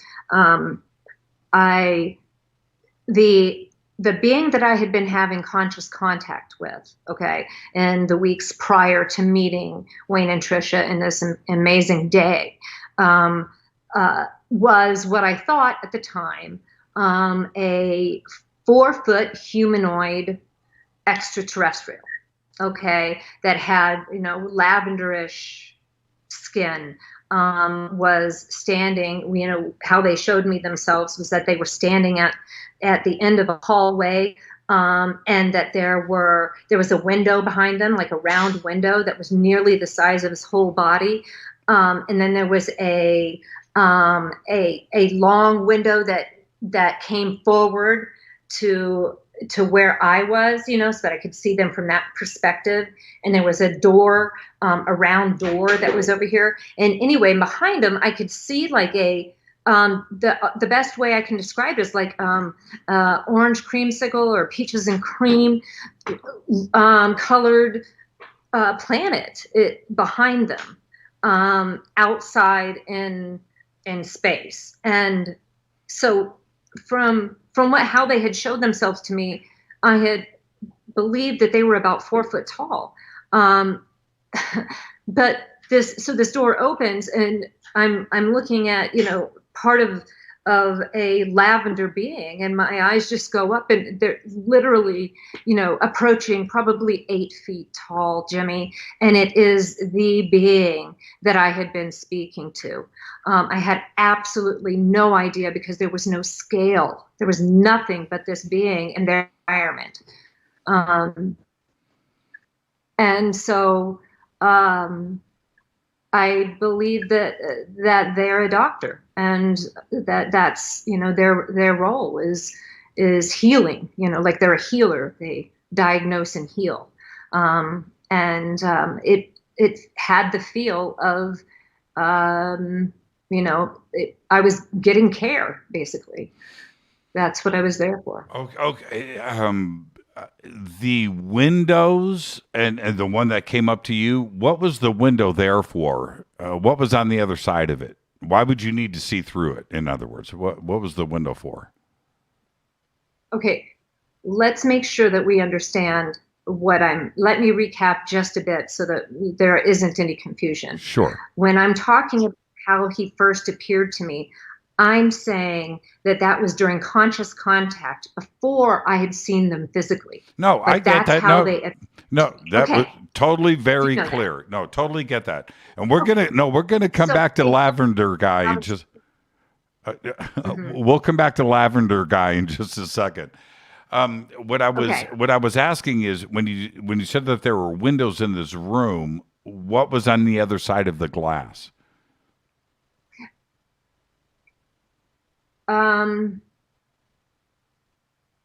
Window are just now. I don't remember. The windows are in the hall, or in the hallway that he showed me, not the hallway where he was standing. Not those windows were not where we were. He was showing me a different place. Oh, so I don't. It was like the ship itself. Okay, that I thought that we weren't communicating. Yeah. Absolutely. That was not the place that I was at. Now, very interesting. Okay, let's, man, I'm looking at the clock. We're going to run out of time tonight. I knew this was going to happen too. I knew it. And if I can get you, are you a night owl? Can I get you to stay for some overtime? Yeah, absolutely. I am a night owl. That's what I'm talking about. Okay. You just said ship, right? Yeah, I think that he was showing me a craft in space. Yes, outside of Earth's atmosphere. And this base, now remember, or not you, the audience, remember that she described Wayne's encounters of seeing something over the top of his mountain, which started all of this, right? Do you think that those, or did you see, were those ships going into the mountain to the base? I didn't see that, but that was my understanding from Wayne.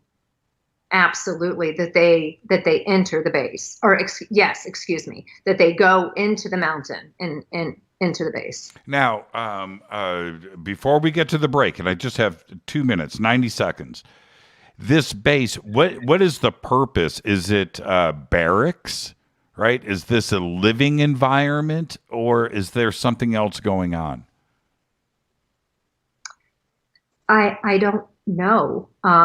My sense is that they have been living there, and that this is part of their guardianship. Okay. Their activity here. How far did you? And we'll pick up after the break. Now that I know that you're doing overtime, that gives us a little cushion. How far did you get into the base? Not far at all. Not far at all. I just briefly walked down this hall, and it was the first room to our left. And there was no other room that we passed on the right. So not after the first one that I had seen. Right. Yeah. So when you go in and we're going to discuss the lavender being when we come back after the break. But this room where there's several races in this room, was that as far into the base as you got? Was that where it stopped? It absolutely is. I did not get any further. Now I was escorted that room back to the alcove. And kicked out, right? Yeah. Kicked out, literally. Yeah, okay, Yes. So now this may seem, I've got 30 seconds. Was there any artwork on the wall? Was there any decorations? Was there anything that seemed comfortable, or was it institutional? No. It was very institutional. It was everything was soft. Like I said, there weren't sharp edges, but it was austere there and smooth. There were no expressions of creativity beyond just the fact that it was something that I've never, ever seen a human do. So they didn't have Van Halen pipe through on a speaker system. No, it was silent. It was silent. Let's take our break right here. This is Fade to Black. I'm your host, Jimmy Church. Tonight, Anjali is here for the first time. I am hearing all of this with you for the first time. We'll be right back after this short break.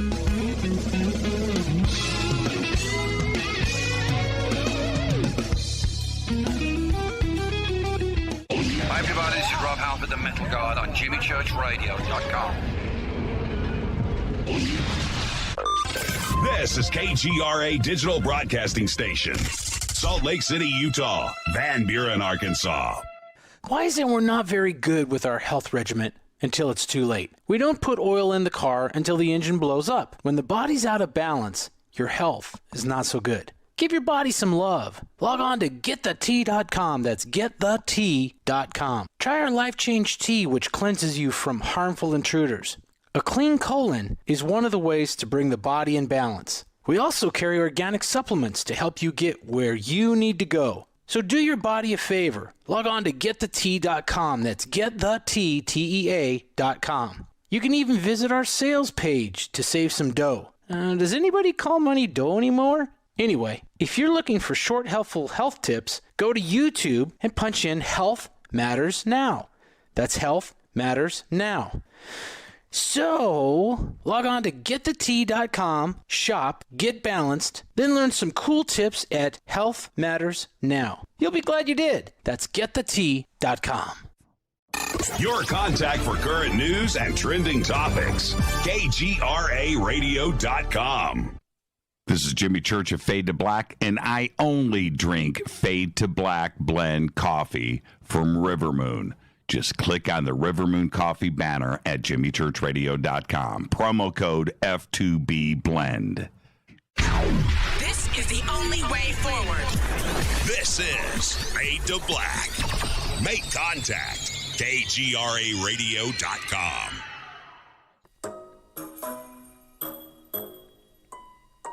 When you're in the house for longer periods of time, you can see them flying or running across the floor. Ooh, yuck. They're unhealthy, gross, and disgusting. Bugs. I loathe bugs. We keep a clean home, but occasionally bugs show up. Well, I found something that is tougher than bugs. Orange Guard. On contact, it kills hidden bugs, including ants, roaches, and fleas. Plus, Orange Guard is a residual repellent. All of the ingredients of Orange Guard are on the FDA generally recognized as safe list. Orange Guard may be used around food, humans, and pets. It comes with a 30-day money-back guarantee. Orange Guard, available at orangeguard.com, Whole Foods, and Ace Hardware. Gold loves chaos, uncertainty, and disarray. History shows us what gold does when people aren't sure about the government, the stock market, their jobs, or their retirement savings. Our national debt is skyrocketing. Gold and other precious metals are a defense measure against inflation and a stock market that might take years to recover. So what can you do right now to protect yourself? Call United Gold Group. We offer gold and other precious metals delivered securely within 72 hours. Are you worried about the stock market? We can also help you set up a real gold or silver IRA or a 401k. Safe and secure. United Gold Group makes gold ownership affordable. Call now and get up to $2,500 in free gold or silver with a qualified IRA. Call 800-753-8534. That's 800-753-8534 or visit unitedgoldgroup.com.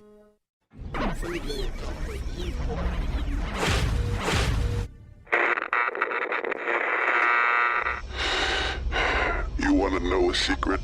I love ponies. I really love ponies. I'm serious. I couldn't stay sane without ponies to brush. Why Fade to Black? Because you never got that pony, damn it.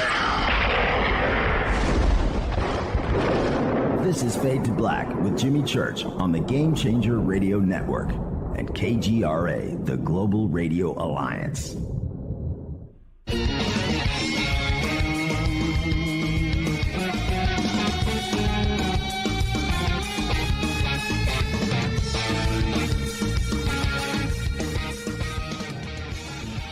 Welcome back, Fade to Black. I am your host, Jimmy Church.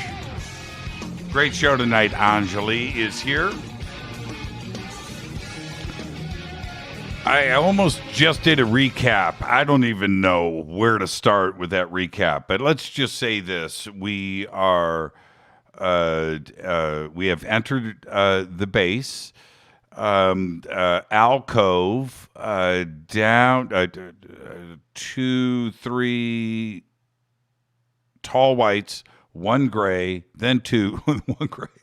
Go down a hallway and into a larger room where there are other races. And I'm very curious about the lavender. Great description, by the way. You can capture a visual, but I have no idea what this being looks like. So we're going to talk about that in a second, and then we'll get as much in, and then we're going to do some overtime with Anjali. Okay, so let's go back to the room before you leave. I do have a general question. Do you have any time reference on how long you were actually inside the base? I do. I can say that when I arrived back at his house, it was around 9 o'clock. Okay. So about 6 hours had passed. Wow. Okay. And did you take pictures? No. Yeah. No, I didn't. I get No, it. I get it. Caught up in the moment for sure. And off. And I'm not so sure that that's all that it is, Jimmy. Because honestly, we are dealing with. I was there for 6 hours. I cannot, recount every moment of that 6 hour period, and that doesn't mean that it wasn't eventful. It means that I just simply there's time that I simply do not have. So all I know is that when I got back to Wayne's house, my cell phone was in my pocket, and that's all I can say. So I don't know when I put it there or why. They may have told me to.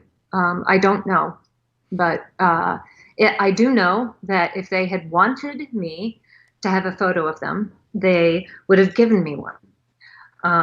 But I feel that they really were looking for a different experience at that moment with me, and that it just simply wasn't time for me to go out and show physical evidence that they were there. They had something else that needed to be done first. Let's talk about the lavender being. You did say that it was about 8 feet tall, and what else? That's right. Yeah, describe what this being looked like. 8 foot tall, humanoid body. I will admit that I cannot see the back of the being. Unfortunately, they had a very thin neck, and they had a very bulbous head, and their cheekbones came right up. They were closer together on the face than you would think for the size, the bulbousness of the rest of the head. And right over these, tighter, higher cheekbones were, these beautiful almond eyes.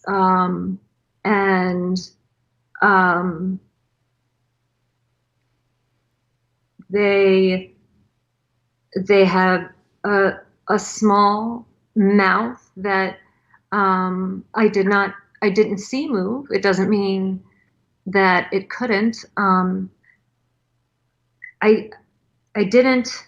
don't have recollection at the moment of like the hands. I know that they physically touched my body. I was helped onto the table, and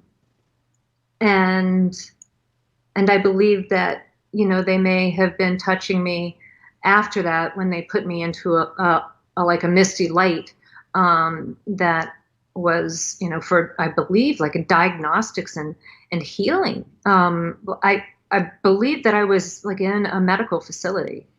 Okay, so did you lay on this table? Did you sit on this table? I laid supine on the table, okay, on my back, and they, at some point, they removed my consciousness from my body, and they placed me. I was in this, like I said, it was like, Jimmy, if you can imagine like mist, you know how fine really fine mist is in the spring. Imagine that, and that every little particle of water is light. And that's what it was. And it was just bathing me. And it felt like so much love and compassion and empathy. I cannot explain to you. I just wish you could experience it. I just want everyone to experience it. No fear. None, not at any moment. When they consciously communicate, it's so far beyond telepathy. Telepathy sounds more like the mechanics of reading people's thoughts and sending them a thought, or trying to at least. And most people, when they think of telepathy, also, unfortunately, they go towards the idea of reading thoughts instead of sending and actually wanting to have some kind of legitimate communication. It's very bizarre, and I am not an advocate of telepathy. I think that it's devoid of intention and mindfulness, and that's just not healthy for anyone at any time. So the conscious contact, the conscious communication is essentially you receive an image, and in this image, and it goes right into your mind. It contains their intention. It contains emotion, and it contains information, and it all happens at once. Now, were you able to? Were you able to do it as well? I know you're receiving it, and they're doing it. Were you able to communicate back?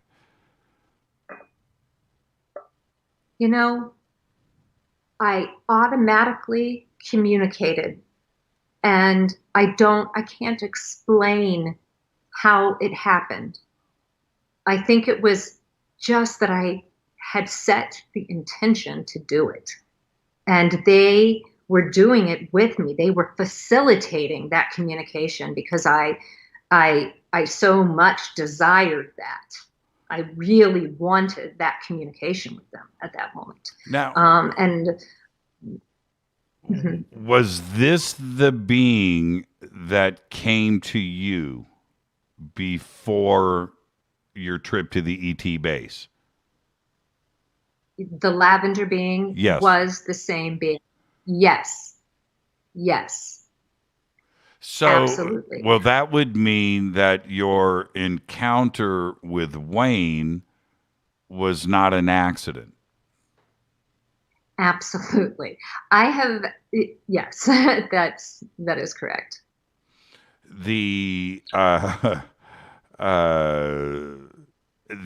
got 8 zillion questions, and I'm trying to pick the one at this moment. Okay, let's actually go back and get to some more logistical stuff. Sure. You'll be on the show again. We'll go in another direction. But now, because we have other stuff we've got to get to, you leave the base. You mentioned earlier that Wayne said, right, slapped on the arch, this is where they teleport me back. Is that how you got back to Wayne's house? That is exactly how I got back to Wayne's house. And I think that they were communicating with him at that moment when he told me that in his home. I believe that was to prepare me for what was going to happen so that I would understand. And so, when we left, again, it was the gray and I, and the tall whites were behind us. And we walked out into that alcove again, and Wayne was standing there. And the next thing that I remember was that Wayne stepped into the space where I was. And as soon as he did, it was like blink. And the next thing I see is Wayne staring right at me. We're in his house. We're under that dang board, that dang wooden arch. And I just, my hands go to my head and I scream, "What the F is going on?" And Wayne says, "What did they say to you? What'd they tell you?" And their friend goes, "Oh, you guys are back now. That's what is going on." And it was like, it was just nothing. And Wayne just, we had this incredible moment where, we had just experienced this together, and he wanted to know what they had talked about. He had never been in the base up to that moment that he knew. And I want to, make that very clear. Wayne said that he had never been into the base. I'm not so certain that Wayne remembers, at that point, whether he had been in the base. Because this is a funny kind of situation. He just knew that every time they were finished conversing with him, they would send him back there. Was that the only time you were in the base? I do not believe so. What is that? Well, the reason I say that is that they also visited me at my home, and I went with them, but I do not remember where we went.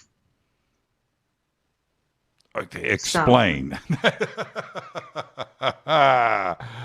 Explain what you are trying to, or can't. I don't understand.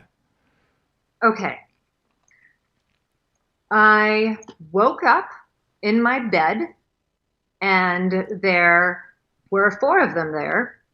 And they were actually standing on my bed, kind of hunched over towards me. Grays? Yes, grays. Okay. And all the same size as the gray, the gray avatar. And so my initial immediately turned into, "Oh, it's you guys." And I wasn't afraid. And I remember beginning to get up to leave with them. And then the next thing I remember is I'm back in my bed. It's morning. I wake up and okay, there I am. Did you, after you left Wayne's that night, did you ever go back to Wayne's property? I did. I went back the next day to pick up my car. How did you get home that night? Well, you know what? We'll come back to that. So you come back, you get your car. Other than that, Yep. Have you been back to Wayne's property? No, I have not. But he has. No, we were not in contact for a period of time. We are in contact now, of course, and I have, of course, an open invitation to visit him. So, does he know about the press conference? He absolutely does. Yes, they knew about it before the press conference. Okay, and the base is on his property. I'm assuming he owns it. It's private property. It is very much private property. Yes. Right, and so Wayne knows of. I mean, did you make these plans with Wayne to come back to the property with, a team of scientists and a camera crew from History Channel or whatever? Yeah. Yes. So of course Wayne is involved in this stage of the process. So he is very much willing to have the team come there. We are, of course, trying to figure out all of the security precautions that we need to take, not only for him and his family, but also for the team that goes with us, and how to protect from anyone who who may just try to force their way onto the property and, cause a problem. So he's very much involved in this process. I had someone ask if he was going to be a member of the team and what would make him an expert who would be qualified. It's just such a crazy question, because it's his mountain, and as far as I'm concerned, he's going to be standing right up front beside me. So we're very excited about this whole process. They're ready. They are ready when the beings are ready and when the team is ready. Okay, can I come? Jimmy, we've been thinking about doing like a name your celebrity, that the public would like in the community, or I don't know what you would call it, but just someone that people can relate to. And so we've been discussing perhaps putting a poll out, taking nominations from the public and then putting a poll out, and accepting, those results. So you've got work to do. I'll be last on that list. I'll get one vote. Okay, but man, I sure would like to. Okay, now let me look at the clock. How is Wayne's health? You mentioned he had cancer. Yes, it is better than it was. Much better than it was. Yes, and we're very grateful for that. What was the now? Let's go back. I need to go back and get these other questions out. You were a part of the DIA. Has anybody from your past contacted you recently about this? Through official means? In any way, way. Are they aware of what is going on? I would think they're pretty aware. Yes. Okay, but in an official sense, you haven't been contacted. That's right. Okay. Isn't that it? Yes, Can we talk about that? Yes, I want to talk about that. Yes, of course. Because you know what? I want to talk about that. Yes. I find it interesting that no one has contacted me through official channels, and I've spent a lot of time trying to analyze that. What does that mean? What are the possibilities? And the possibilities that I come up with, and I'm open to more of them, but one is that they already know. And so I'm not telling them anything that they don't know. And I'm very transparent about it. I've been incredibly vocal. And so, that's a possibility. The other possibility is that they don't know. And they also know that they can't make me tell them, and make me take military with me, that sort of thing. Mm-hmm. Because I just won't go. It just won't happen. And so the only way to know is to let me go. So that's another option. And those are the two for me that stand out the most. And I'm all ears for what else it could be. But those are the two most viable is they know or they don't, and they want to. Now, were you a civilian employee? Did you have a GS classification, or were you a contractor without a GS? I had a GG, and I was also a contractor. Did you, at some point, have a security clearance? Were you issued one? Oh, absolutely. I had a top secret special access programs clearance. So, yes, I was very highly cleared. Would this, like this show, for instance, or your your press conference, I'm asking the obvious question, but would that affect either your security clearance if you still have it, or if you needed to get one in the future? Well, I guarantee you that I won't be getting one in the future. I think that bridge has been nuked. And hey, I'm okay with that. It was a decision I made. It was a mindful decision. It wasn't accidental. I didn't accidentally decide, to ruin my career. I decided to push for disclosure of the contact with these beings as they've instructed. And so, I don't know. Does that answer your question? I think I've already forgotten what it was. Well, it does. And I'll tell you why. And you're going to go, Jimmy, you're pretty smart. In that, in your press conference, you gave all of your aliases, previous names, current names, possible future names, and names in another dimension, right? You gave... Right. Yes. Yeah. Okay. So when you do that, there are those out there that have access to databases at the Pentagon, and they can take your name, input it into the database, and check you out immediately, look at your history, and if you have a security clearance, and if you are currently listed. Am I spot on the money?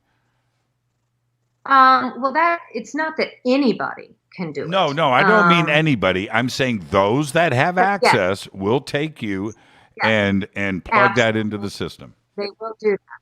They will do that. Absolutely. I do not have any intention of ever needing a security clearance. I do not plan on ever protecting a secret that I have learned going forward. You know what I'm saying? I'm not going to violate the oath of what I have already promised to protect, but I am not willing to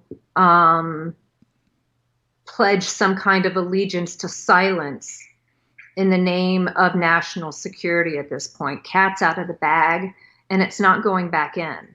And I understand what that means. I'm just not understanding, not entirely certain about the silence.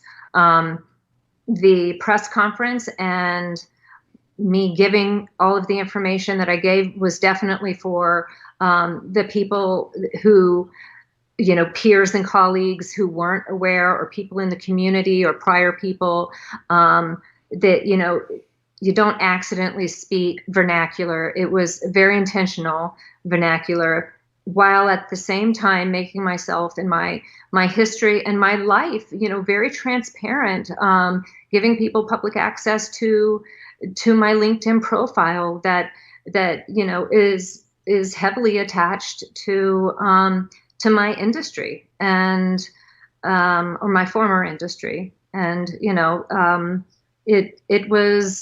it was a really big move for me. I'm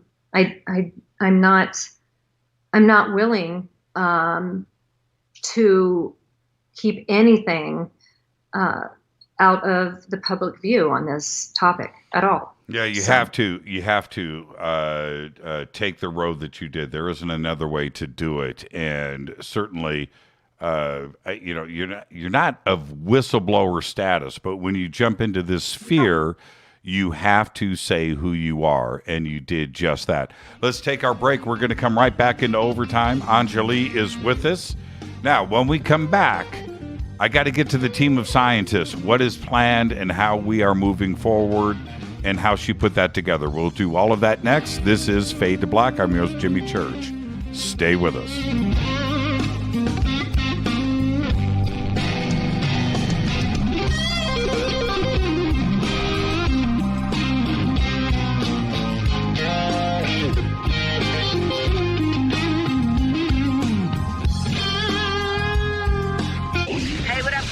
Vivica Fox here, and you are listening to my boy, Jimmy Church, on JimmyChurchRadio.com. Despite popular opinion, Reading a book will not make you smarter. But listening to Jimmy Church will. This is Jimmy Church of Fade to Black, and I take Life Change Tea supplements every single day. It's what I do. Click on their banner at jimmychurchradio.com.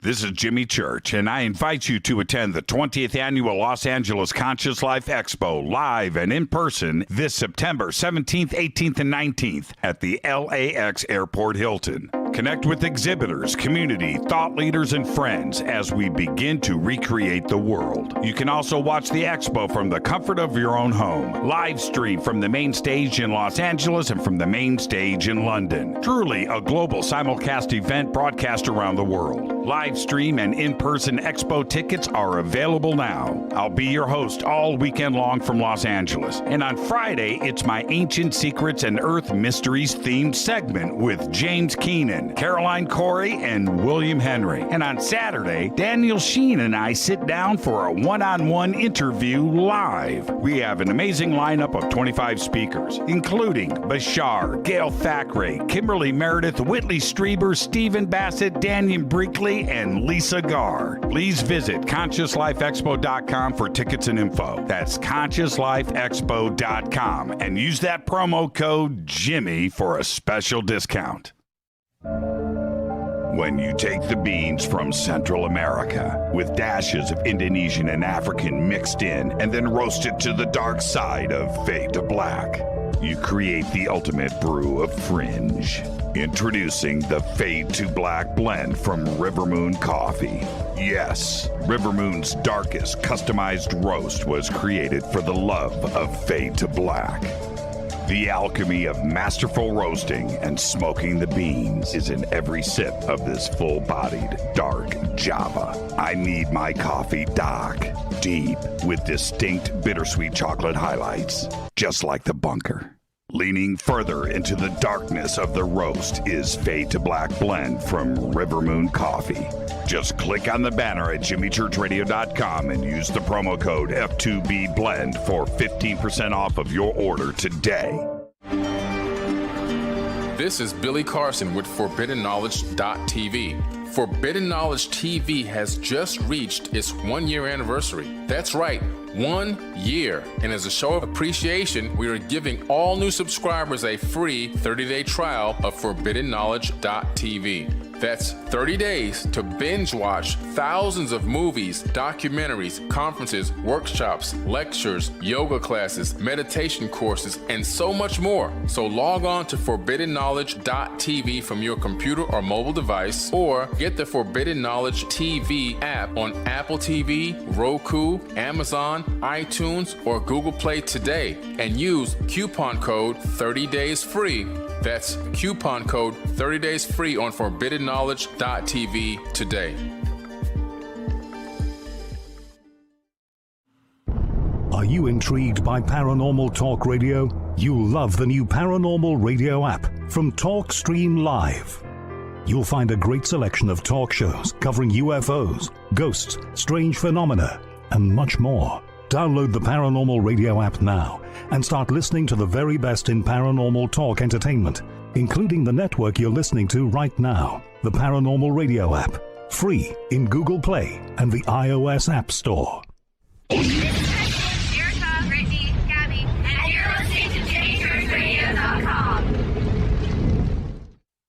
It's not a lifestyle we chose. We were born this way. KGRAradio.com.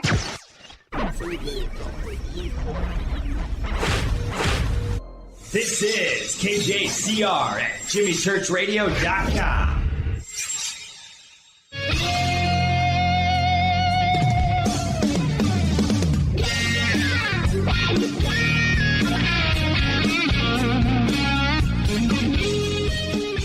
All right, welcome back. Fade to Black. I'm your host, Jimmy Church. It is overtime with Anjali. Now, I wanted to say something briefly. I was looking at the chat and Twitter and so forth, in that too many things were skipped over. And yes, of course, this is Anjali's first time on the show, and I chose to take a broader context with this. I'd rather get as much of a very detailed story into this first show. This is me. This is how I converse, and everybody knows that. And we will get to details. I mean, we could take one section of this story and spend 3 hours on it on this broadcast. So that was my choice tonight. And also, none of this, absolutely zip, was discussed with Anjali before the show. I don't do that with any guest. I go into this trying to figure things out, and I want knowledge just like the rest of you. And that's it. She has no list of questions in front of her that I sent her in advance or anything like that. And so there. Okay, so that's my little disclaimer for everybody in the chat. Okay, so just be patient. Rome wasn't built in a day, folks. Now, Anjali, say, yes, Jimmy, you go. Go, Jimmy. That's you right. You know you're always right. Okay, now, thank you for that. My head is swimming. I've got, but one of the details with this, as announced in your press conference, that you're going to bring a team of scientists. Have you, and others, but have you assembled this team? Not entirely, Jimmy. No, I have not. It's a pretty complex process, as people can imagine. Actually, apparently, a lot of people cannot imagine that this is a complex process because they're demanding it, that I just go and do it right now. And that's simply not, that's not what they've chosen. And that is not the way through the soft disclosure that the beings are asking for. Part of the soft disclosure will, of course, be the evidence and the data that is gathered by the team that comes with us, with Wayne and I, and then present that information to the world. It does not belong to them. It does not belong to me. And, so these are like details that people don't think about.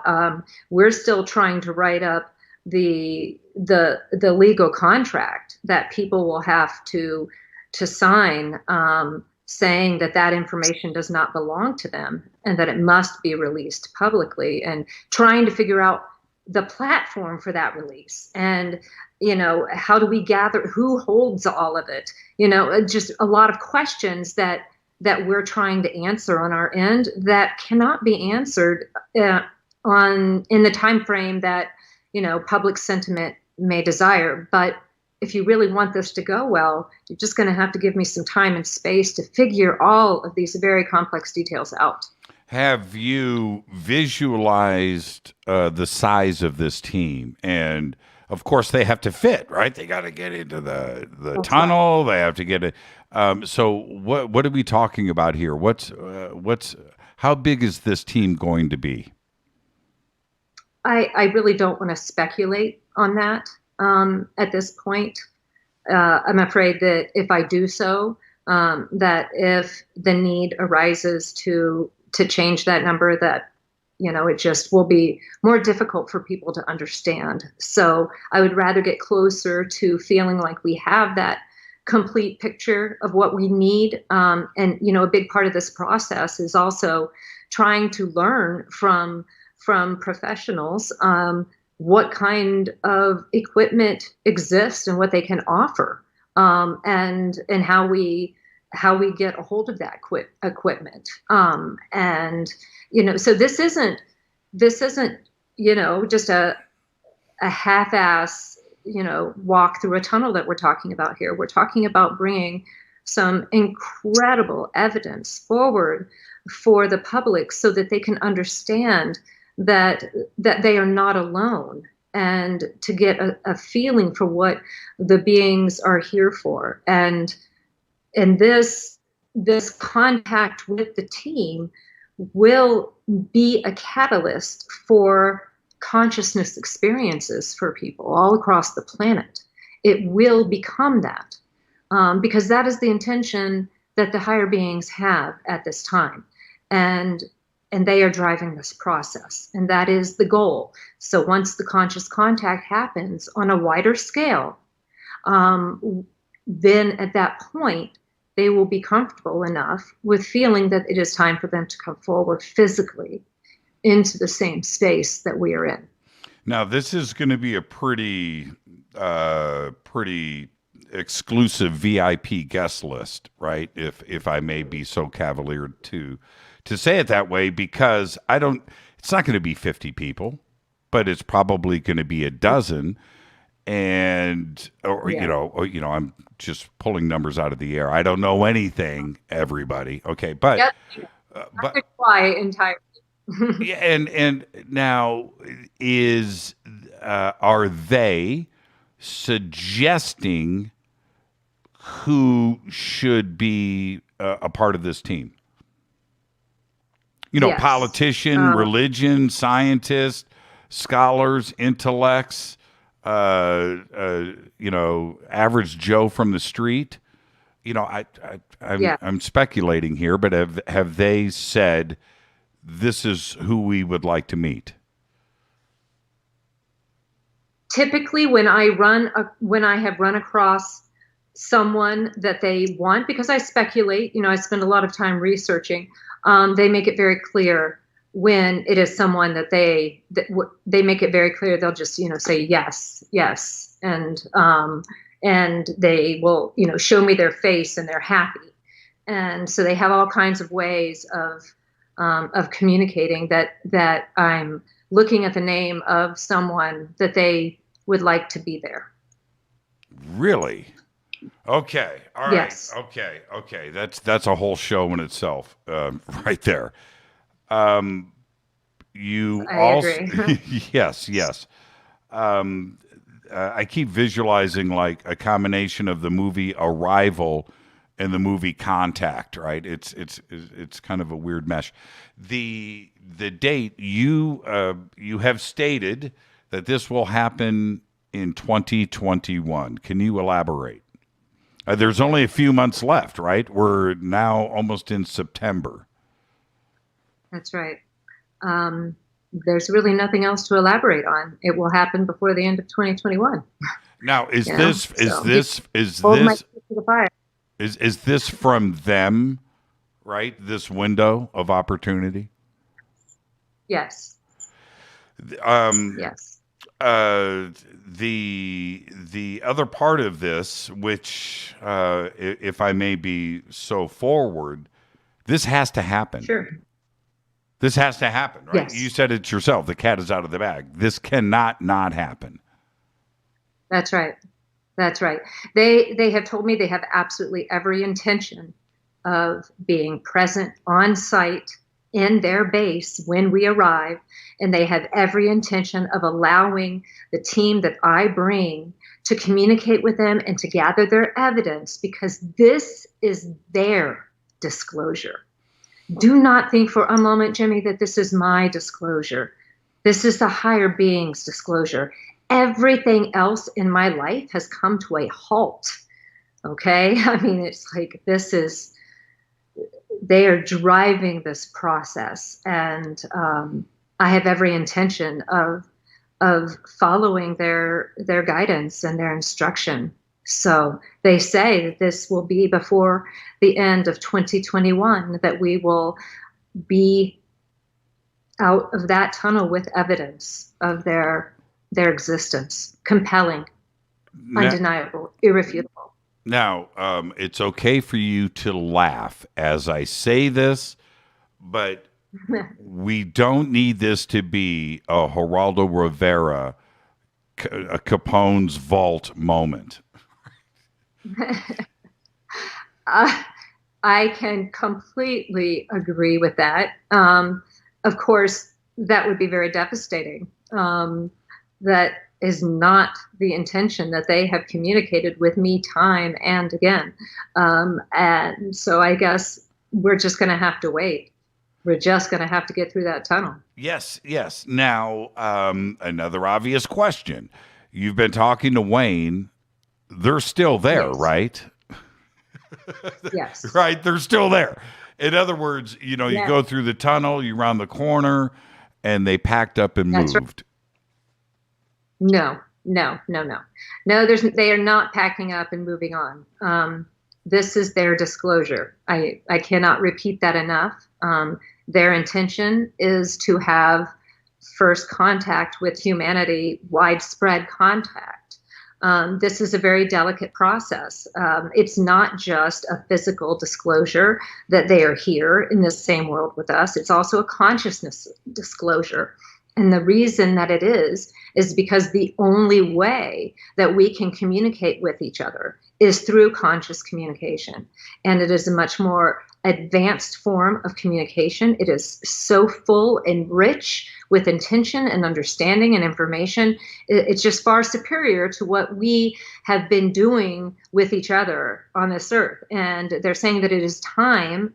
There are changes that are happening that make this absolutely necessary, that we seek changes so that we can have this conscious communication with them. And so we're going through that process. And I know that there is a lot of impatience. I understand. I wish I could say everything all at once and just get it out there. But, that's not reality. That's just not how it goes. And I'm just going to keep doing what I'm doing until it's done. Now, with the other moments that have been happening outside of this project of yours and theirs, is the Senate, the DOD, Lou Elizondo, the UAP Task Force report, the DIA, the media, and everything else that has been happening, not only over the last 3 years, but certainly over the last 3 months. And That's right. I feel right. And I feel that the government and the military and those agencies know an awful lot about ET and contact that they're not telling us. We're getting close, and there seems to be some kind of dialogue with the rest of the world right now in Washington, D.C., for sure. But I also feel you and I a long time about that. Seriously. I would love to have that discussion. It doesn't even have to be on camera, Jimmy. We can have it anytime you want. Well, and they know of bases. Oh, I'm sorry. I interrupted you. Okay, go ahead and say what. Okay. Go ahead, please. In that they know of bases on this planet. I'm talking about the military-industrial complex and branches of the military. They know. They have to. Yeah. Are they aware? Say that again. I would say at this point that there are definitely factions within the Department of Defense that, and within the military-industrial complex that are not only aware of the presence of what may be extraterrestrial or could be ultra-terrestrial, and I think that we need to consider that because our understanding of what this is and where we are may not be as complete as we think it is. And so if nothing else, they are aware of the presence. Is there what I would call collusion between beings and various factions of the military-industrial complex in the United States? I would say yes. And in other countries, I would say undeniably. It's evidenced everywhere. So I don't really know what that means for what's happening to me. Okay, I don't know how I fit into this. I see the synchronicity. I see everything happening. The beings are telling me that everything is it's speeding up. Like this cycle that we are in is coming to a fruition. And so I sense that, and I think that we're seeing that. We're seeing that all around us. And that's just more evidence that this is their disclosure. This is happening at their behest. Now, I would wonder if the Pentagon, is aware of this specific base and its location? That's the question that I was trying to determine the answer to earlier, is why haven't they approached me about the location of this base? Well, the answer is either because they already know, or because it becomes classified information and then I wouldn't cooperate. And that's true. The truth of the matter. I've made it very, very clear that I am pushing for 100% transparency in this. So I certainly can't be bullied into giving the location to anyone. And that, includes any government. I simply won't do it. So the choice is to sit back and be quiet, or never find out. And so they either know or they don't. And you know what I'm saying? I mean, that gets us nowhere. It's just, they either know or they don't. And here's choice number 3, or we might have been at 4. Okay, here's choice number 4.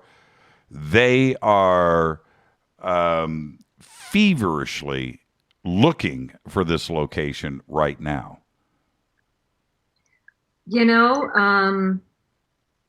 I would not doubt that. I mean, I wouldn't doubt it. But has Wayne talked about, crazy surveillance vans driving around his property and a plumber, roto-rooter, parked across the street for a couple of days? Oh, no.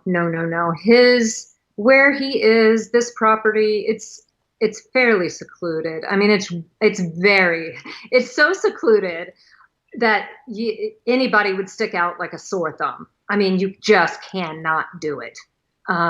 So if he's going to be monitored, then it would be completely covert monitoring, because any kind of overt monitoring will, they'll just be made immediately, and he would chase them off his land. I mean, he's not going to allow that. I like your choice of words. Thank you. Overt. They would be made immediately. Now, I know that you're talking to Wayne, and I'm looking at the clock here. We're nearly completely out of time. So Wayne hasn't seen anything suspicious. No black helicopters, nothing crazy, no flyovers. So far, so good. So far, so good. Okay, now one last question. And by the way, thank you. You've been very candid and very open tonight, and I look forward to our next visit here on the show. And there's going to be a lot of chatter out there in the internet world of the interweb starting tomorrow. Yeah, and I get that. What is the next step? And do you need help from the community, or is this something that you are handling on your own? Oh, no, I'm definitely not handling it on my own. I am leaning, heavily on subject matter experts on this. I'm not deciding, what kind of equipment should come with us. I am asking people who know about this sort of thing in various industries, what kinds of equipment and what should we be trying, to detect. Is there anything I'm missing? It's not an easy process. We really just want, to be thorough and to do it right the first time, and for what we bring forth to be so irrefutable and to be the raw data that's shared internationally, that it just, maybe people will sit down and think a little bit about the nature of their own existence. Thank you so much, Anjali. And also, I got to say thank you to Alan Steinfeld, right? Yes, I love Alan. He's so amazing. Yeah, he's quite the troublemaker, and he knows that. He's awesome and great friend for many, many years. So I do want to reach out and say thank you to Alan. I'm sure he's listening right now. Anjali, be safe out there. It's I can't imagine your world right now, but if you need anything, you know how to reach out to me. You've got all the secret stuff. Okay. I love the secret stuff. Thank you. Thank you so much. Thank you so much, Anjali. Now, right now, really quickly, and I almost forgot, your social media presence, and the only way to reach out to you is via Twitter at this point. That's right. That's how I would prefer. Yes. Okay. At Anjali. Yeah, and we have that up in Twitter, and there may be a website in the future. Yes, and when it would be team centric and project centric, like really focusing on the expedition and the kind of data that we're trying to create. And so we took it down amidst a lot of criticism and controversy that was really just a dead end. But it just became more of a hassle than it was anything else in my life. And so we're repurposing it and we'll present it, very focused on the next step. So again, that's, even more work that needs to be done. So. And when that's ready, we will certainly get it out there for the community. Anjali, thank you so much. Enjoy the rest of your night. It was just an absolutely incredible conversation. Again, thank you so much. Thank you. It's my pleasure. Anjali. Now, I do have, if you go over to jimmychurchradio.com, her Twitter is linked there, and it's also up in our Twitter feed and throughout social media. What a great conversation tonight. Thank you, Anjali. And again, very special thanks to Alan Steinfeld. You know who you are, Alan, and you are a troublemaker. And thank you so much. And tomorrow night here on Fade to Black, it is Fader Night with open lines all night long. Fade to Black is produced by Hilton J. Palm, Renee, Dennis, and Kevin. Announcers are Steve Harder, Gene Vito, and Mark D. Kovar. Webmaster is Drew the Geek. Music, Doug Aldrich. Intro, Spaceboy, spaceboymusic.com. Fade to Black is produced by KJCR for the Game Changer Network, and syndication is KGRA, The Planet. This broadcast is owned and copyrighted 2021 by Fade to Black and the Game Changer Network, Inc. It cannot be rebroadcast, downloaded, copied, or used anywhere in the known universe without written permission from Fade to Black or the Game Changer Network. I'm your host, Jimmy Church. Until tomorrow night with Fader Night, open lines all night long, I want everybody to be safe. It's time to fade to black.